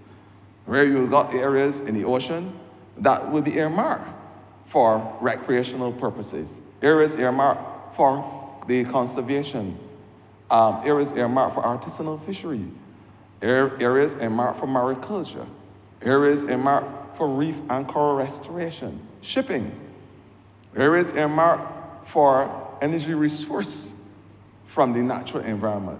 So the whole ocean in itself, as the hydrosphere as we know it, could be utilized for its full potential. And that is what we said we would do first off over a 15-year period with the $50 million. And of course, I could not stand here unless I expose the fact that our biological diversity would also be enhanced. Because we have said, as a government, when I brought the National Biodiversity Strategic Action Plan to this August chamber, that we will by land be able in the next 20 years, not because we are acquiescing to a United Nations General Assembly call, but it must be a Barbadian call, because the life on Earth as we know it cannot exist unless we have the enhancement of biodiversity. And we say 70% by land, another 30% by the ocean. So the Marine Spatial Plan will have areas set about where we will do just that in terms of enhancing our biodiversity. And then, of course, before that, another deal, the Bridgetown Initiative, where we look at disrupting that which was the normal architecture in terms of finance, so that small and developing state, because it not only benefits Barbados, it is a benefit for all these islands recognized as small islands, like ourselves, where previously we would be exposed to loans at 15, 16, sometimes higher than that in terms of percentage. And we say that this is not fair. So it was an appeal to the international community, the multilateral banks, using a new architecture, a new structure, with special vehicles for us to be able to access loans at concessionary rates. The New Deal. And that's what we said. The reality is that we have to move now from a linear economy to that which is circular. And I want to say that in the whole context of water. Because we must be able to use every single drop, H2O as we know it. And that's why we say that the Roof to Reef project must encapsulate this whole idea and this whole concept, where we move from every single drop, whether it is from sewage or wherever, and then we put it back in a recycled way into a circular stream. That is what we said. It is part of the Sustainable Development Goal 12, which looks at responsible consumption and production. And of course, at the core of that Sustainable Development Goal is the fact that you must use those persons who are most vulnerable to bring them along as part of the conversation. That is what we said as a government. So, Mr. Speaker, our efforts are the efforts of a vision that seeks to ensure that Barbados can survive the test of times. It seeks to ensure that the sustainable goals as we know them must not be on the wish list alone, but there must be a tangible existence in the breathing space of Barbadians. I want to say, Mr. Speaker, sir, that this transaction, this resolution, will in fact ensure not only for aquifer recharge, but along with that, as I just mentioned, the Roof to Reef project. It will ensure that the resilience plan that is articulated in our NDCs, in line with our Paris Agreement, that plan is maintained and survives the test of times as well. That is what it ensures. So it's a holistic appreciation of what we must do in order to stay resilient, how we must build forward better. That type of conversation, Mr. Speaker, sir, imbues itself in this type of resolution. And I want to say that if we are serious about our sustainable development goals, if we are serious about our mandate to ensure that we are able to build resilience, which is mitigation and adaptation, then we must be able to have before us these types of deals, these types of operations, these types of new provisions as it relates to how we deal with our debt. And anyway, I'm happy that the Minister, the Member of Parliament for Christchurch East, that he has worked with sweat expenditure to ensure that this becomes a reality. Mr. Speaker, sir, along with water, you would have heard about sanitation. I just want to date our minds back prior to 2018 and to say to Barbadians, because the workers at SSA, the good workers, and I want to say today that I want to thank them. It is no secret in Barbados that we are having some challenges. And Mr. Speaker, I would not hide my red flag today to say that there aren't. There are some challenges, and we are working assiduously to address them. But just to go back prior to 2018, we had 12 garbage trucks. I want persons to hear me in Barbados. I'm not making excuses because, as I said, we will fix the problems, and I will speak about the fix shortly. We had 12 garbage trucks.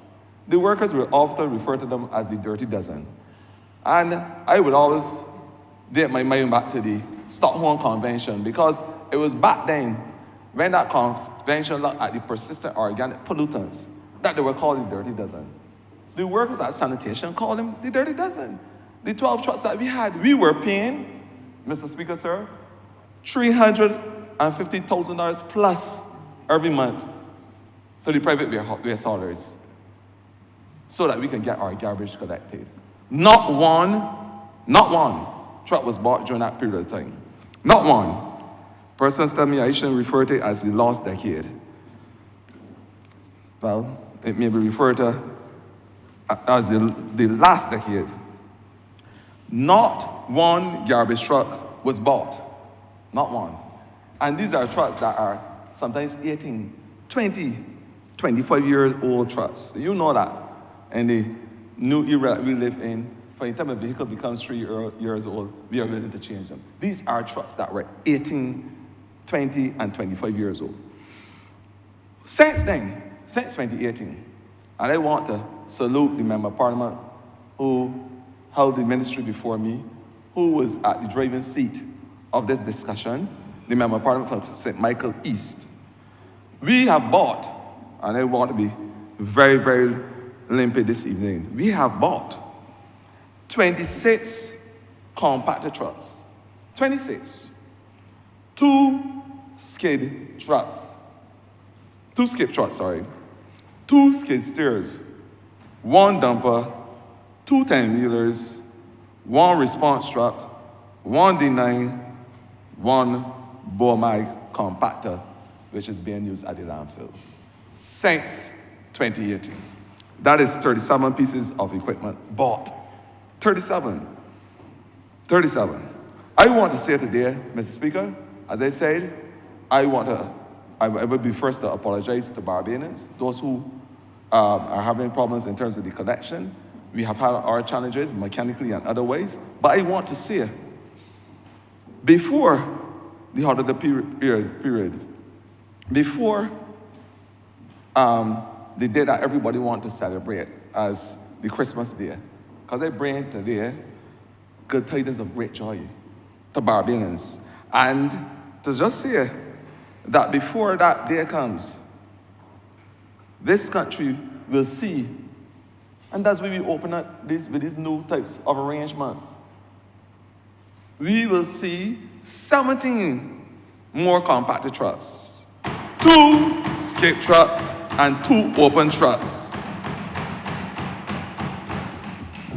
which will be here in short order to be able to help with the garbage situation in this country. And I want to say, as I said before, to thank those good men and women. Those good men and women, because the women work at sanitation too. We have women at the back of the trucks as well. And I want to say to them, I want to thank them for staying the course and having faith in this government, and of course, because at the end of the day, we live in this little island called Barbados, and all of us must be able to do our little part. But, Mr. Speaker, sir, I want to say that there was a problem. We recognize that there is a problem, And we decided to put measures in place to fix that problem. And I want to give Barbadians the calm assurance that we will do everything in our power to rectify that which is a concern to many of them. Mr. Speaker, sir, I want to say that this government will continue recognizing, of course, the vagaries that we are faced with. It has been a challenge. It has been a challenge from the climate change perspective. We have seen the effects of Hurricane Beryl. Never before we had a hurricane in late June, early July. National Hurricane Center, which has been tracking hurricanes for the last 10, 15 years, said it has never happened before. And in the not too distant future, Mr. Speaker, based on what the trajectory is saying, that we may have other situations, whether it's hurricanes, tsunami effects, whatever. This is the world that we live in. And I want to say, Mr. Speaker, we will do our part in terms of building up the resilience. We will continue to educate Barbadians. We will continue to ensure that we enter arrangements that will benefit Barbadians, saving the dollar, along with ensuring that interest rates that we get and the deals that we get are the best for Barbados in the current time. I want to say, Mr. Speaker, that we have worked with extended expenditure to ensure that Barbadians are able to put food on their table, that the socioeconomic situation is one where we can feel comfortable as a nation. We are comfortable, Mr. Speaker, sir, that in the whole scope of things from the international perspective, that Barbados is shining like the little diamond that we know that it is. And we will continue, Mr. Speaker, to work assiduously on behalf of the citizens of this country. Mr. Speaker, I want to congratulate those persons who work hard in the Ministry of Finance. It may not be what we call a sexy ministry by any stretch of imagination, but it's because of their hard work that we are able to do the things that we do. So for me, there are the silent heroes. And Mr. Speaker, I want to commend the Member of Parliament for Christchurch East and his entire team, and to say to you that for Christchurch East Central, for Christchurch East too, because you started the work in terms of making sure that we remove that sewage, that putrid distress in the Southwest area, and the Member of Parliament for Christchurch East Central, of course, for his hard work. I want to unequivocally, in a very unbridled way, support this resolution. Thank you. Honourable from Microsoft Central. Thank you, Mr. Speaker.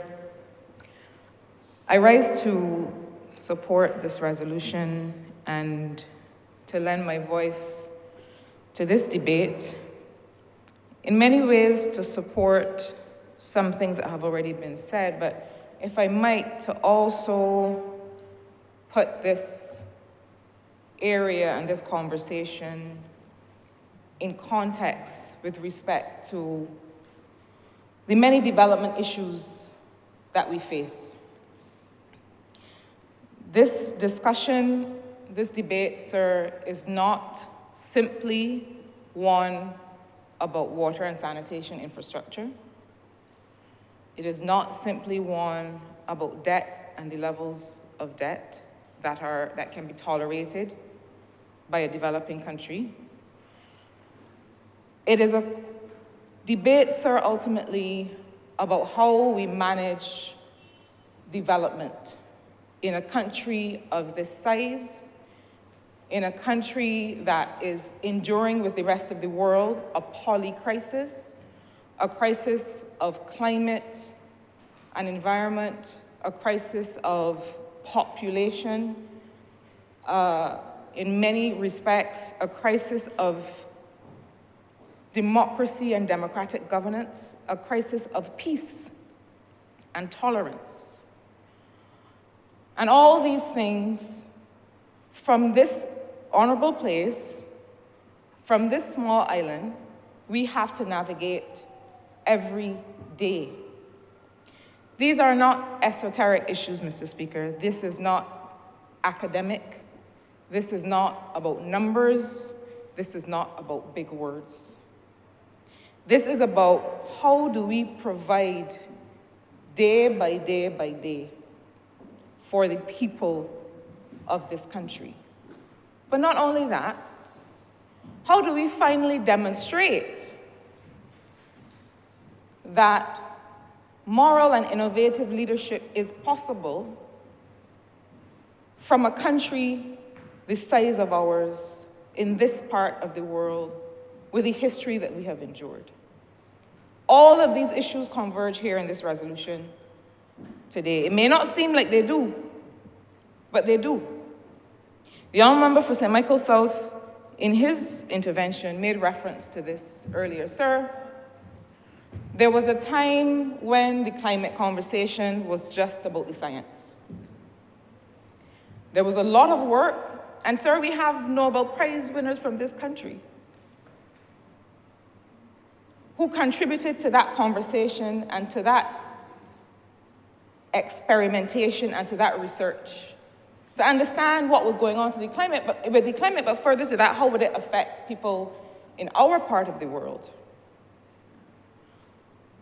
The world is now waking up to what we have been experiencing for some time. One of the reasons that we talk so much about loss and damage with respect to climate is that we are now experiencing the effects of historic loss and damage. So while the wildfires and the floods and the droughts all over the world are happening now because the world is now meeting us where we are, we have been enduring these effects for some time. But I recall, sir, when I worked on these issues as an international civil servant in multilateral development banks or in the UN system. And we were told that if you want to get financing related to climate, related to environment, or related to disaster risk reduction, you can't come talking about poverty or economic security. They would tell us in this part of the world, sir, but Barbados is a middle-income country. What, you don't have any poverty, so we can't give you money for that. And when we would come to say, well, we're being affected adversely by climate and by industrial decisions being made in your part of the world, they would tell us, but you have to make the climate argument. You have to show us the science, they would say, of what you want to do. So in other words, you can't come and get money to invest in your infrastructure. That's not climate. You can't come and get money to replace water mains. That's not climate, they said to us in the year 2000, in the year 1998. They would say to us, where is the science? We will give you money for wetlands. We will give you money for biodiversity. But if you're talking infrastructure, if you're talking roads and bridges and the fact that you have become indebted because you have had to repair 3 and 4 times the same bridge that was destroyed by different hurricanes that are increasing in intensity because of climate, they would say to us, that is infrastructure. That is not climate. And I was there at those tables in those conversations 20, 25 years ago, sir, although I may not look it, but I was there.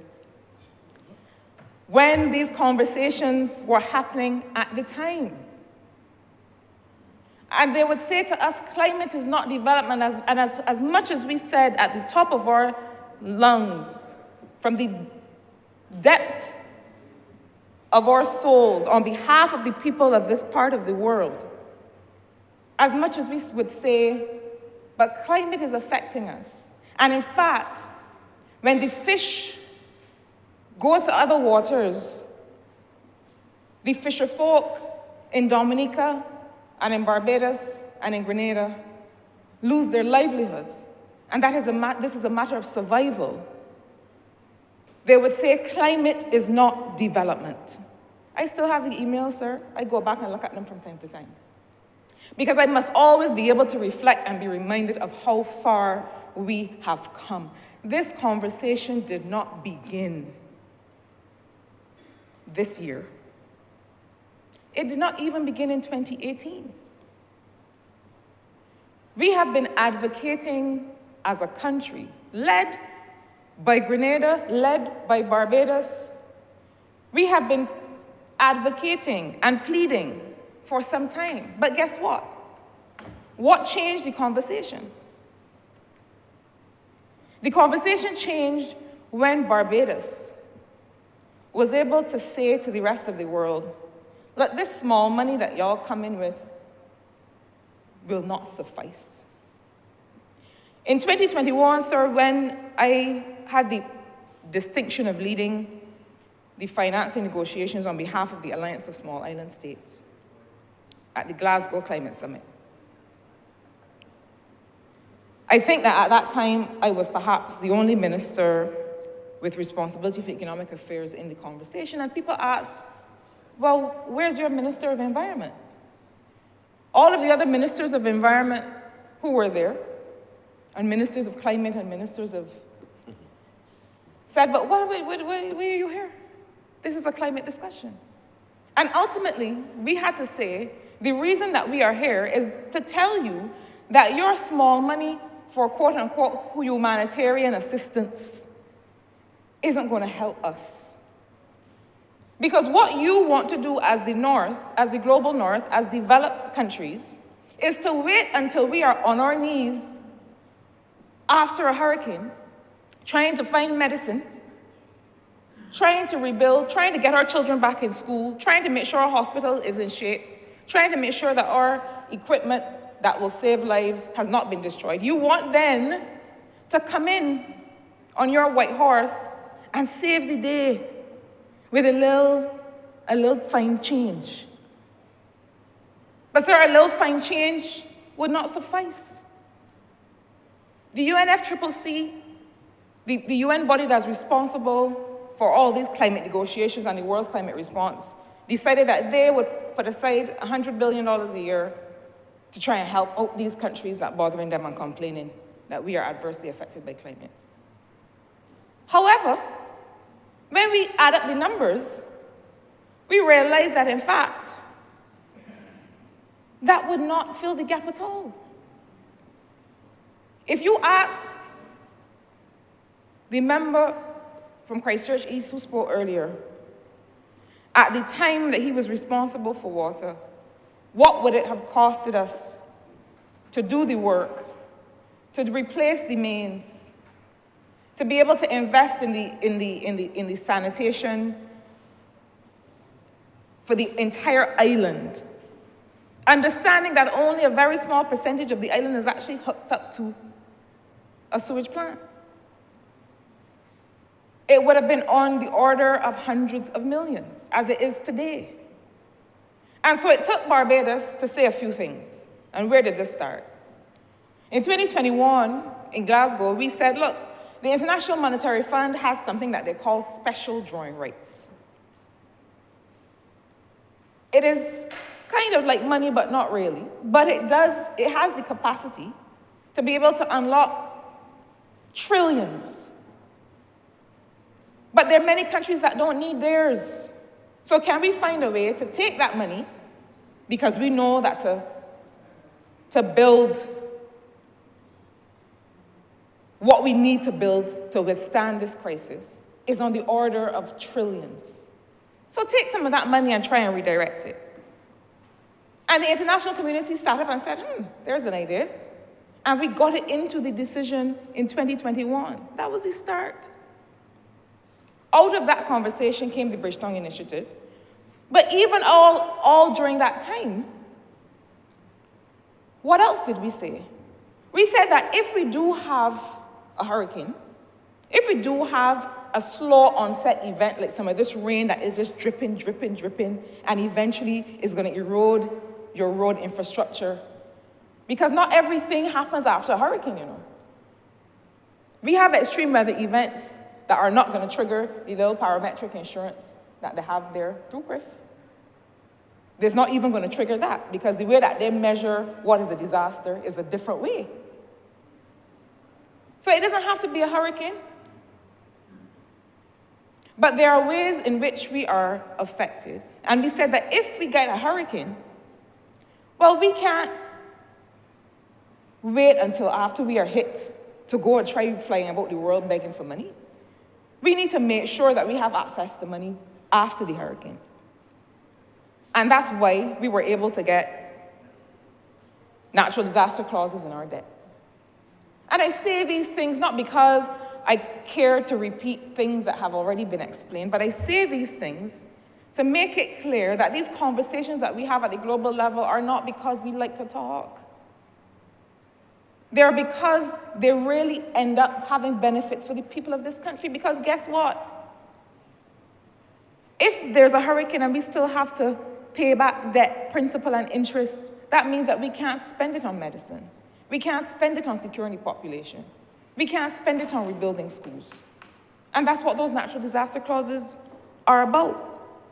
And so bit by bit, we were the ones who had to show the world, look, we have the answers that y'all haven't been able to come up with. Barbados has developed and can demonstrate the answers.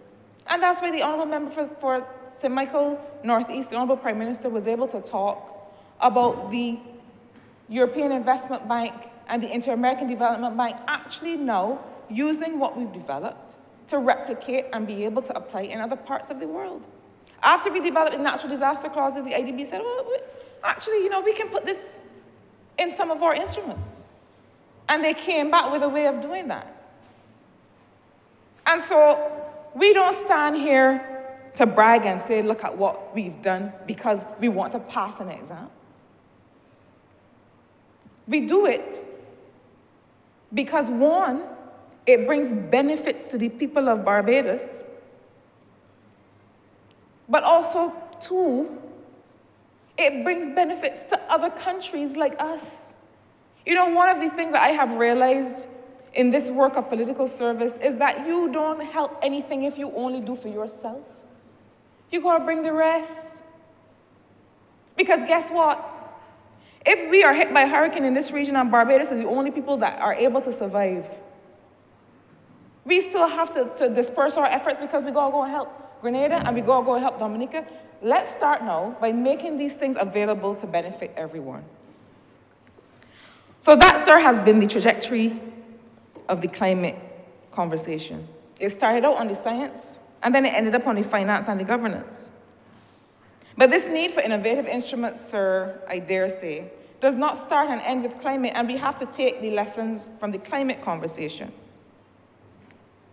Because the next frontier of inequality globally is going to be the digital divide. It already is. But I fear that we are in danger of addressing the digital divide in the same way that we stumble about in the dark on climate until we finally came to the understanding that we have to do things differently. Why do I say that? Because I am hearing conversations now about how the way to bridge the digital divide between the global north and the global south, the fact that the north is originating all the technology, is selling all the technology, is being able to benefit first from advances in artificial intelligence. Sir, we have walked this path before. In all the industrial revolutions that came before, it was people that look like how we in here finally look, that were on the side of being the ones who lagged behind, not only who lagged behind, but on whose backs other people got wealthy. If we look at what is happening in technology today, we stand the risk of having this technological industrial revolution follow that same pathway. Those who are now having conversations about the fact that countries like ours are way behind in technological advancement are trying to set up the same $100 billion a year fund that they tried to set up for climate. They're trying to have the conversation about the technology only and not about the global governance of how we get access to these things. And our responsibility is to be able to show to the world, let us not repeat the mistakes of the last 3 decades that we did with climate when it comes to issues of technology and artificial intelligence and access to that finance and access to that learning, access to those jobs. Let us make sure that we are able to start on a level playing field. Sir, this country will hear me from today and over the next several days and weeks say a lot of things about this sector and how it affects us. But the one thing I do want to say today is that there was a time, sir, when if you worked in programming, if you worked in computers, to access a computer, the primary way you did that was through a punch card. You access a computer with a punch card, and then you printed out something on paper. And you had a card reader and printer and CPU and disk drives and all of these things. And most of the interaction with those systems was physical. So you had to go into a room, and it was a big server room, and it was huge, and you would go into a room and you would put in something, and the only people that would have access were the 4 or 5 people in that company, in that institution, that had the card. But sir, we are no longer in that time. And countries like ours have to make the investments to make sure that our infrastructure can withstand the fact that anybody, anywhere in the world can access it. So when we bring cybercrime legislation that is new to this time, because the old Computer Misuse Act was not, when we bring a mutual assistance in criminal matters legislation to this place, when we handle the 2 breaches that we have had recently, and when we respond to an outage that took place, because we have to make more investments, not just in the systems, but in the people with the capacity to do what is required to keep our systems intact.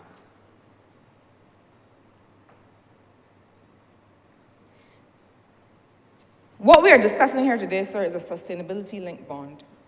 But eventually, and sooner than we think, we are going to have to look at digital transformation-linked bonds. And why?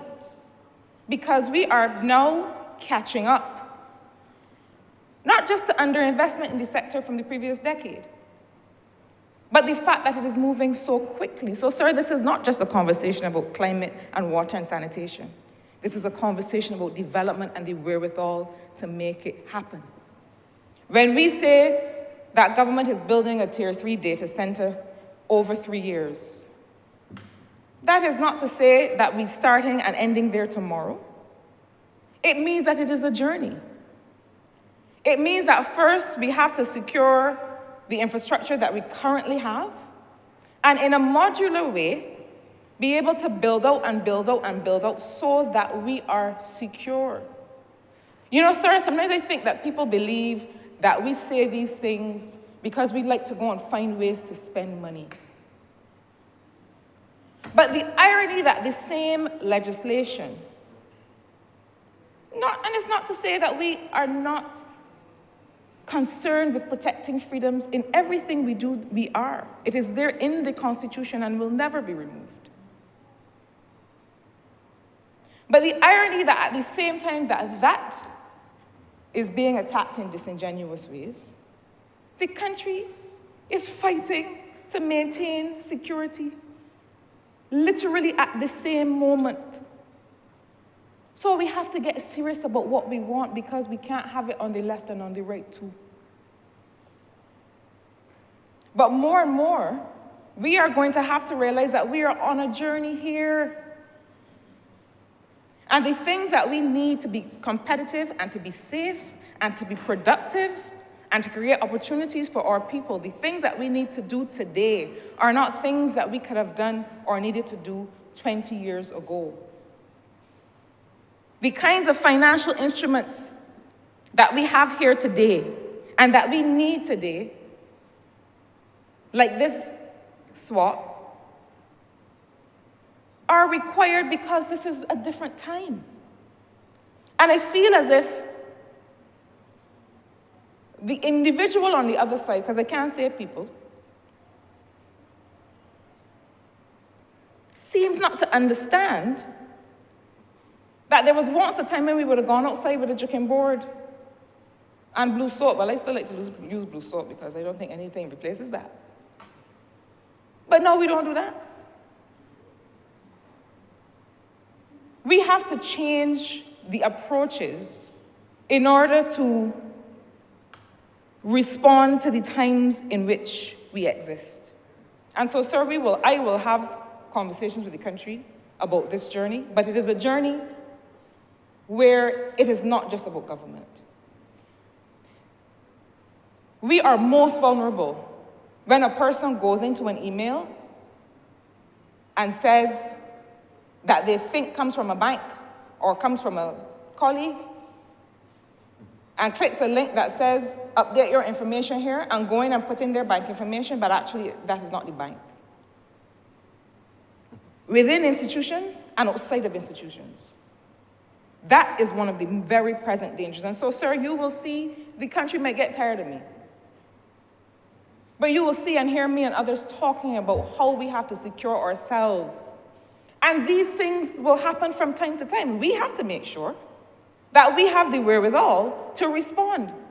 Sir, we have a police service, and we have a defense force, and we have doors and windows with locks and alarm systems and cameras. A person who is sufficiently motivated by the wrong things still breaks in. So we have to make sure that we do as much as we can to keep them out. Hence the investments that we will need to be making in the coming weeks and months. But we also have to make sure that if they do manage somehow to get through, that we are able to respond. Sir, before I close, I also have to address something else that I think those on the other side are being disingenuous about. And the Honourable Member for Christchurch East Central, who led this resolution at the appropriate time, will also speak about some of the economic performance issues. But I keep hearing this notion. There's false information being presented on the debt, a failure to realize that we were at 176% debt to GDP and now we're at 105%. And the debt is not increasing. Somehow they want to blank that narrative. But the other thing that I hear recently is this notion that we are not spending and our capital expenditure is less than it has ever been, and it was higher under the Democratic Labour Party and all kinds of things. Sir, I brought this information in this honourable place before. Forgive me if I have to repeat myself. Because the fact is that over the 10 years of a Democratic Labour Party government, over 10 years, the total capital expenditure was $1,800 million. Over 10 years. Over 6 years of this Barbados Labour Party administration, the total capital expenditure was $1,835 million over 6 years. Sir, the average capital expenditure since we have been in service as a government has been $306 million compared to their average of $180 million over 10 years. Sir, I only come here to correct the record. I ain't come here to put on my ribbons and my fancy boots and prance up like the Honourable Leader of the Opposition, the dressage horse. I only come here humbly to correct what has been put on the record by people who don't know better, and I forgive that, you know. I always tell my teams, I will never get upset for gaps in capacity or understanding.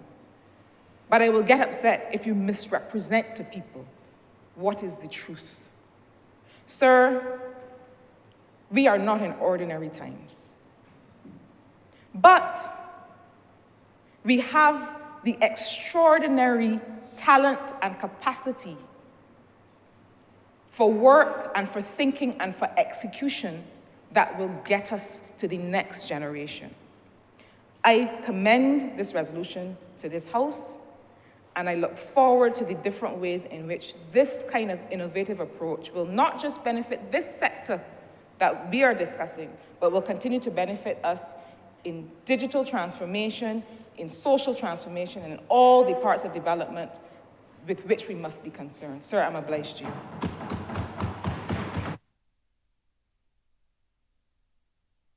Honourable Member for Christchurch, East Central.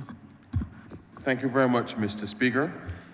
I want to thank honourable members for their very robust contributions to this debate.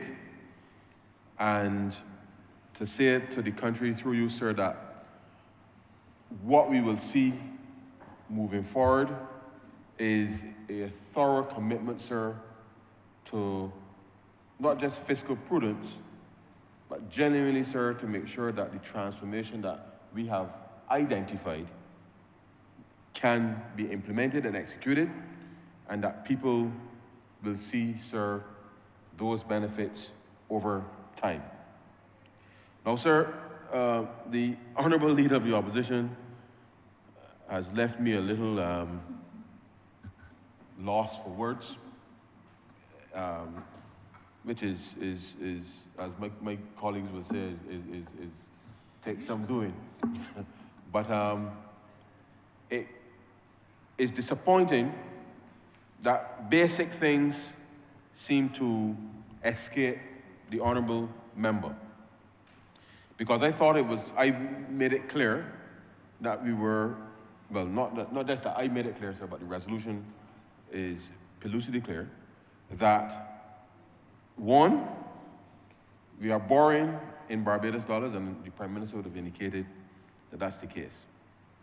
But he went through a series of questions which I will attempt to respond just for the purpose of the record, because it is critical that people appreciate in my wrap-up to this debate.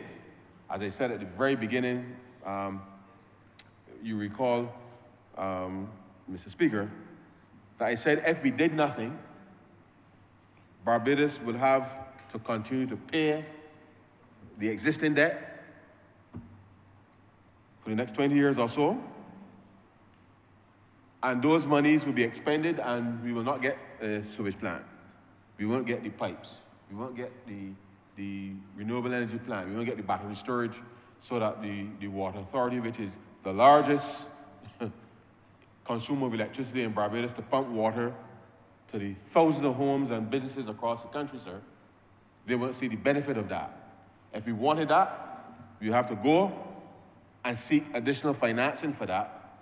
And it is that additional financing that, if we did nothing, is what would increase the debt, sir. And so I was at pains to make it clear that when we buy back this debt and issue it at a lower interest rate, the savings that we will achieve is what would be used, sir, to be able to finance the construction costs of the upgrade of the plant. Now, if that is not clear to the honourable member, then I can, over the course of a couple of spreadsheets, show him, sir, that the net present value between what we would spend if we did nothing, and that the math adds up in relation to what we have to do in order to make this happen. I thought it was clear, sir, to indicate that under normal circumstances, the savings will come every year, as we have done with the debt for nature swap, where every year in the appropriation exercise, sir, we send monies every 6 months, actually, twice a year, to the BESF for them to do the work that they're doing with the Marine Special Plan and those things. This is a different kind of arrangement in that those savings now are the financing mechanism to repay the loans. And let me be as clear as I could possibly be, sir, because he did ask a question about local debt versus foreign debt, but I'll come to that. He asked about whether or not these types of transactions are usually done when countries are in distress. Sir, Barbados was in distress between 2008 and 2018. And certainly when we came to office, sir, and I recall very clearly my days, sir, back at the central bank when a treasury bill auction, the rate used to be 0.5%, sir. And that's a while ago. By the time we took office, the treasury bill rate, sir, was 7.25%, which meant that the government of Barbados at the time, sir, was paying 7.25% every 90 days. When under the Barbados Labour Party in the past, sir, a treasury bill, same 90-day treasury bill, sir, was 0.5. Now, I know that the Honourable Leader likes, as he's been trying to say to Barbadians about things going up and all of these things. And somebody did raise with me the fact that today, government's debt, the yield, is not like how it was under the Democratic Labour Party. And the reason why that is the case, sir, is because people were not prepared to give the Democratic Labour Party the kind of money to hold on for too long. And therefore, when you think that you're talking about the difference between 75 cents and 95 cents for a dollar, and what that means, because as you know, sir, if somebody comes to you and asks you to borrow $100 today, and then when the next time you see them, sir, you're in the ice can met 4. You understand? You understand the type of credit quality that you assess of that person, and you say, well, not me, he can't get a cent from me. But if you consider that you will give them some money, you say, okay, you got to give me this back in a short space of time because I'm not prepared to lend you nothing over a long period of time because I can't trust that you can pay me back. That was the experience of the Democratic Labour Party. And therefore, those types of high cost interest terms, that was the experience of the Democratic Labour Party. So if you wanted to take the risk and get in the money, you would actually get a fairly decent return.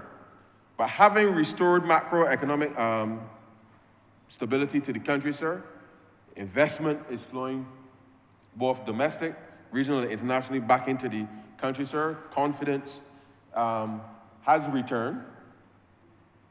We are now seeing the type of yields that would mean, sir, that the burden from a taxpayer perspective is reduced because it means that people will be able to give you more with respect to financing. Let me use the term, better terms with respect to financing so that your debt service would not be onerous in relation to the country. So the notion that we are using liability management and we are doing so in a proactive manner, sir, proactively, does not in any way suggest that any of this debt is in distress. Because what we are in fact doing, sir, is looking at the profile of the debt. And when you think about it, sir, rather than having to go and borrow new money, as they said, to do this exercise, we've brought the stakeholders around the table and said, hey guys, we want to be able to do this specific intervention. And therefore, we've crafted a solution that allows us to spend existing money that we will have to spend anyway to get the South Coast Sewage Plant upgraded and the other projects executed as well. Now, sir, let me remind the Chamber and the country through you, sir, because the question about whether you're replacing local debt with foreign debt, he raised. Now, sir, with the best of my knowledge, I don't know which part of Barbados we could go tonight, sir, when we leave here and get a sewage plant. I don't know which part of Barbados we could go now and go. I don't know if there's anybody manufacturing pipes in Barbados, sir, and the fittings and all of that. So if the leader of the opposition knows where we can go to get a sewage plant and the fittings and the pipes and all that in Barbados tonight, I'll be the first to go and see for myself. Why do I raise that, sir? Because the investment that is required and the equipment that is required to deliver a plant, sir, comes from outside of Barbados. It has to be paid for in foreign currency, whatever that foreign currency is. So to suggest that somehow the other of you are swapping domestic debt for foreign debt is really a misnomer, simply because, sir, there is no place in Barbados tonight that we could go and give somebody Barbadian dollars and get a sewage plant. It's a nonsensical argument, sir. So when we made the arrangement here, and I'll go through it again, sir, in detail, that the Green Climate Fund is giving Barbados $40 million in grant, sir. $30 million in a highly concessional loan. And the IDB is giving $40 million also in a highly concessional loan. So all told, sir, all told, we have $110 million, all told, together, a hybrid set of conditions that allows us to be able to utilize, to be able to procure the plant, the equipment, the software, all the fittings and all of those things that are required for the actual plant to be delivered. Because we would be the worst set of people to stand here tonight and tell you, sir, that we doing a loan in this case, is $600 million for the buyback, and expect Barbados to believe that $600 million Barbados dollars, sir, could get you, Barbados dollars, quote unquote, could get you a sewage plant, and the fittings and all the equipment and all of that. There's no place in Barbados that you can get that equipment, sir. And therefore, the arrangement that we've put in place is to ensure that we have the financing up front, blended financing, as they said. We have the grant, and we have 2 concessional loans. And I reminded the chamber earlier, and I know the honourable member, he probably was not paying attention, that we already had a $40 million grant to upgrade the Bridgetown sewage plant, also to tertiary, from the said GCF. And so, Mr. Speaker, we are not, quote unquote, replacing local debt with foreign debt, because at the end of the day, sir, the country has to earn foreign exchange in order to service any debt obligation. And therefore, there's nothing to be misinterpreted here in relation to what we're doing. The country certainly has a healthy set of reserves, and we know that the kind of investment that will come from this type of intervention will help us bolster the earning of foreign exchange in the country. And once we're able to get the agricultural output, as we've done through changing in recent policy with the Agricultural Development Fund, to be able to ensure then that the loans coming from that facility to the agricultural sector are now focused on more climate resilient interventions, sir, that we are absolutely clear that we, over the course of time, that we should be able to see improved yields, certainly reduction in to some degree in predatory larceny and the like, to allow us then to be able to have farmers get their investments and their produce to market, the agro-processing, and all the other additional arrangements in place to be able to settle these matters. The other questions that the honourable member referred to, sir, policy objective on the limit of local loans. To be quite honest with you, Mr. Speaker, I was at a little loss when he raised that specific question, because we have, in the course of the debt restructuring, as you recall, sir, there are, we had initially reduced the limits on the treasury bills because as a consequence of shifting a lot of the treasuries that the last government had built up into the longer paper, so we had reduced that. The special loans remain in place. The Local Loans Act remained as it was, because we understood that in order to, after the 4-year grace period of the debt restructuring, that we have resumed and that we would resume issuance of domestic debt. So I have to admit, sir, I don't know what he was talking about in respect of that particular thing, but perhaps he would enlighten the chamber at another stage in relation to that. And the reality of it is, sir, that his attempt to make it seem as if the government had done something that was extraordinary in relation to sewage flowing. I mean, the Needham's Point outfall, sir, has been there from the very beginning of the treatment plant. And so when he asked the question about whether or not this government was putting sewage into the sea, again, sir, it just doesn't make any sense. So I understand why he would want to suggest that the government was doing something nefarious, but this was the modus operandi from the very beginning of this exercise. So it's either that he didn't know that, or he knew and wanted to deliberately misinform the country that this government, in dealing with the rupture running along Highway 7, that we went and did something extraordinary. Because at the end of the day, sir, if the thing block up to go down to Needham's Point and it's spilling out onto the street, well, obviously it would make sense to redirect it. I mean, sir, you know, if you go home tonight and you flush your toilet and the thing back up, you're going to call the plumber, and the plumber can tell you, look, Skipper, something there, we got to redirect and do something to get to the well. I mean, that is normal common sense that any plumber would advise you to do, and you will find the money, sir, to make sure that you do that, because you're not going to leave your toilet leaking for 3 years. The last government did that. They left the toilet leaking for 3 years in this country.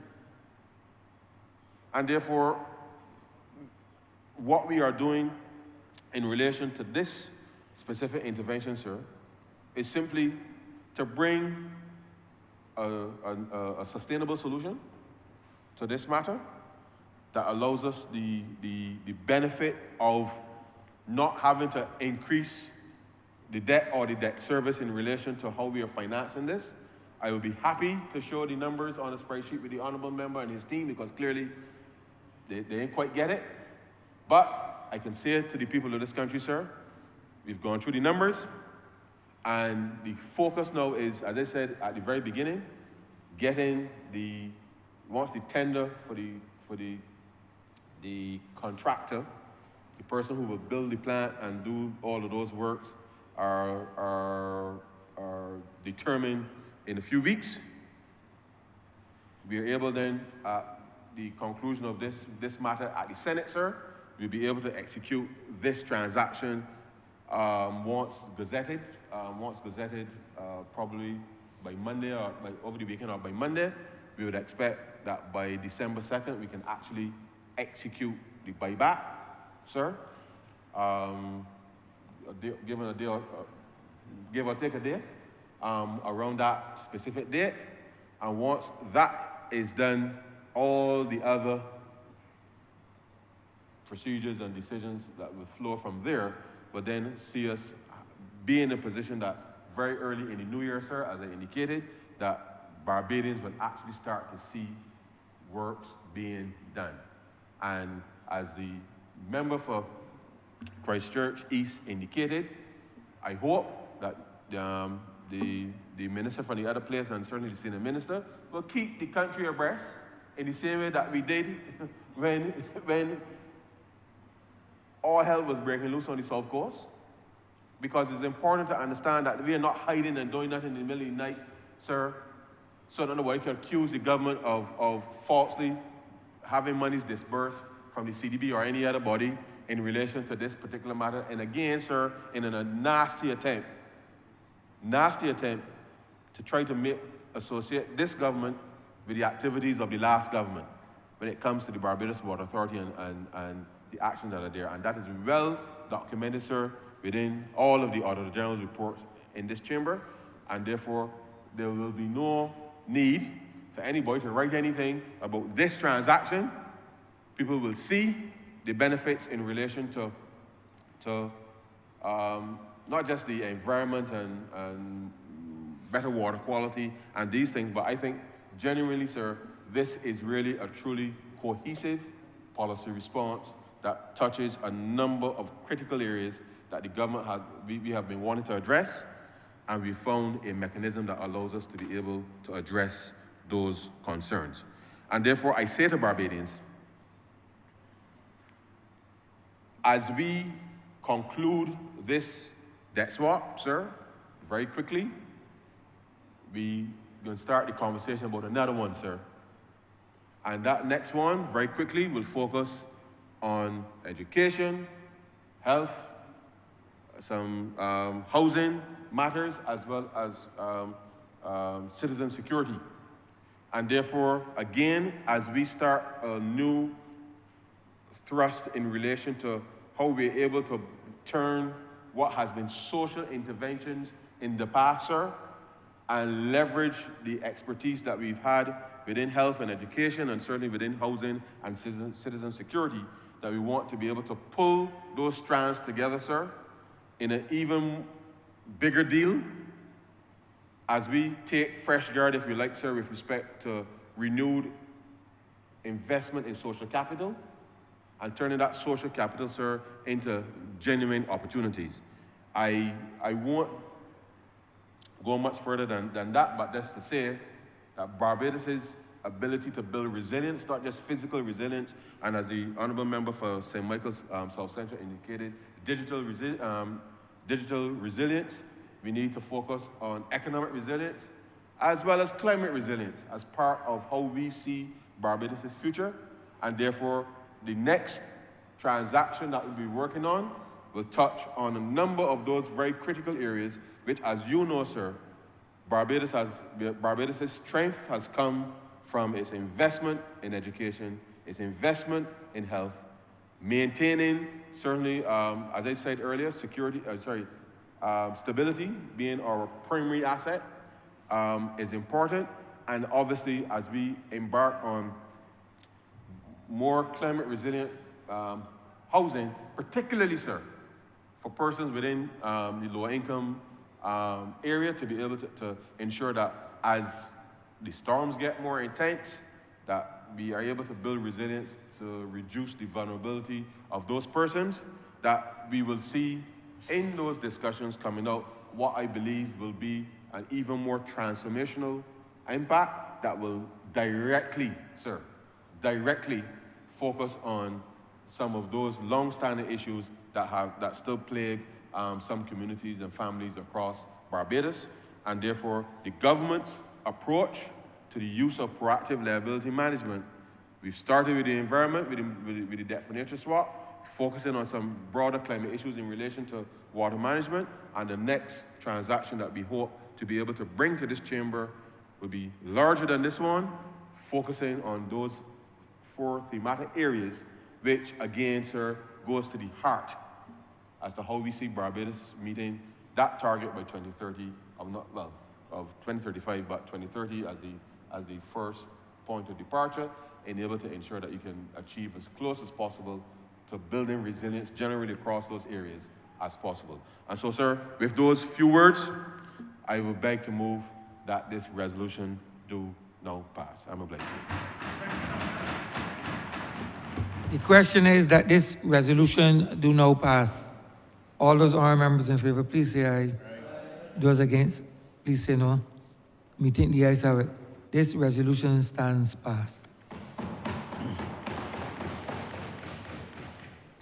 Order number 15, sir. In the name of the Honourable Acting Leader of the House, to move the passing of a resolution that the Honourable the House of Assembly concur in the amendments made by the Honourable the Senate to the Merchant Shipping Bill 2024. Honourable Acting Leader of Government Business. Mr. Speaker, I beg to move the passing of a resolution that the Honourable the House of Assembly do concur in the amendments made by the Honourable the Senate with respect to the Merchant Shipping Bill 2024. Notice this resolution was given on the 19th of November 2024. Question is that this resolution do now pass. All those honourable members in favour, please say aye. Those against, please say no. Me think the ayes have it. This resolution stands passed. We committal of papers, sir.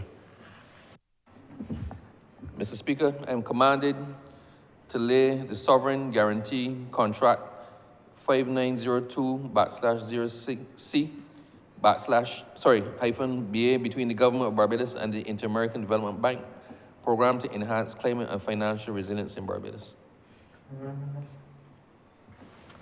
In government notices, the committee. Honourable Acting Leader.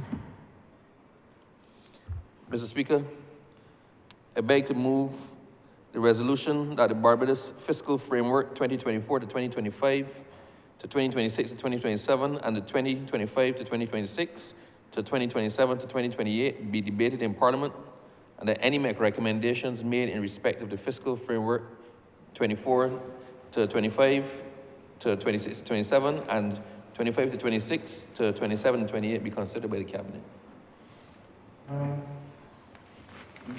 Withdrawal. Mr. Speaker, I beg to move the withdrawal, the passing resolution that the Barbados Fiscal Framework. I beg to move the withdrawal, sir, of the resolution that the Barbados Fiscal Framework 2024 to 2025 to 2026 to 2027 be debated in Parliament, and that any recommendations made in respect of the Fiscal Framework 2024 to 25 and 2026 to 27. There's a withdrawal. Huh? Order for withdrawal number 3. Yes, sir. What? Okay. He wants to withdraw. So you had to lay the first one, to move the first one, and then give notice to move the first one to then withdraw the one that's there, sir. So I remember you want to withdraw order number 3. Order number 3, which was given notice of 22nd September 2023, as a substituted by resolution number 3 that I gave notice of today. The question is that order number 3 be withdrawn. All those honourable members in favour, please say aye. Those against, please say no. Order number 3 is thereby withdrawn. We Committee of Government Business. Sir, we've come to the end of business for today. I beg to move the adjournment of the House to next Tuesday, sir, at 10 a.m. 26. Tuesday the 26th at 10 a.m. 10 a.m., sir. I was going to say 10 in the 4 a.m. in the forenoon, but it's 10 in the forenoon or 10 a.m., sir. The question is that this honourable chair will be adjourned until Tuesday, the 26th day of November at 10 a.m. in the forenoon. All those honourable members in favour, please say aye. Those against, please say no. Me think the ayes have it. This honourable chamber stands adjourned until Tuesday, the 26th day of November 2024 at 10 a.m. in the forenoon.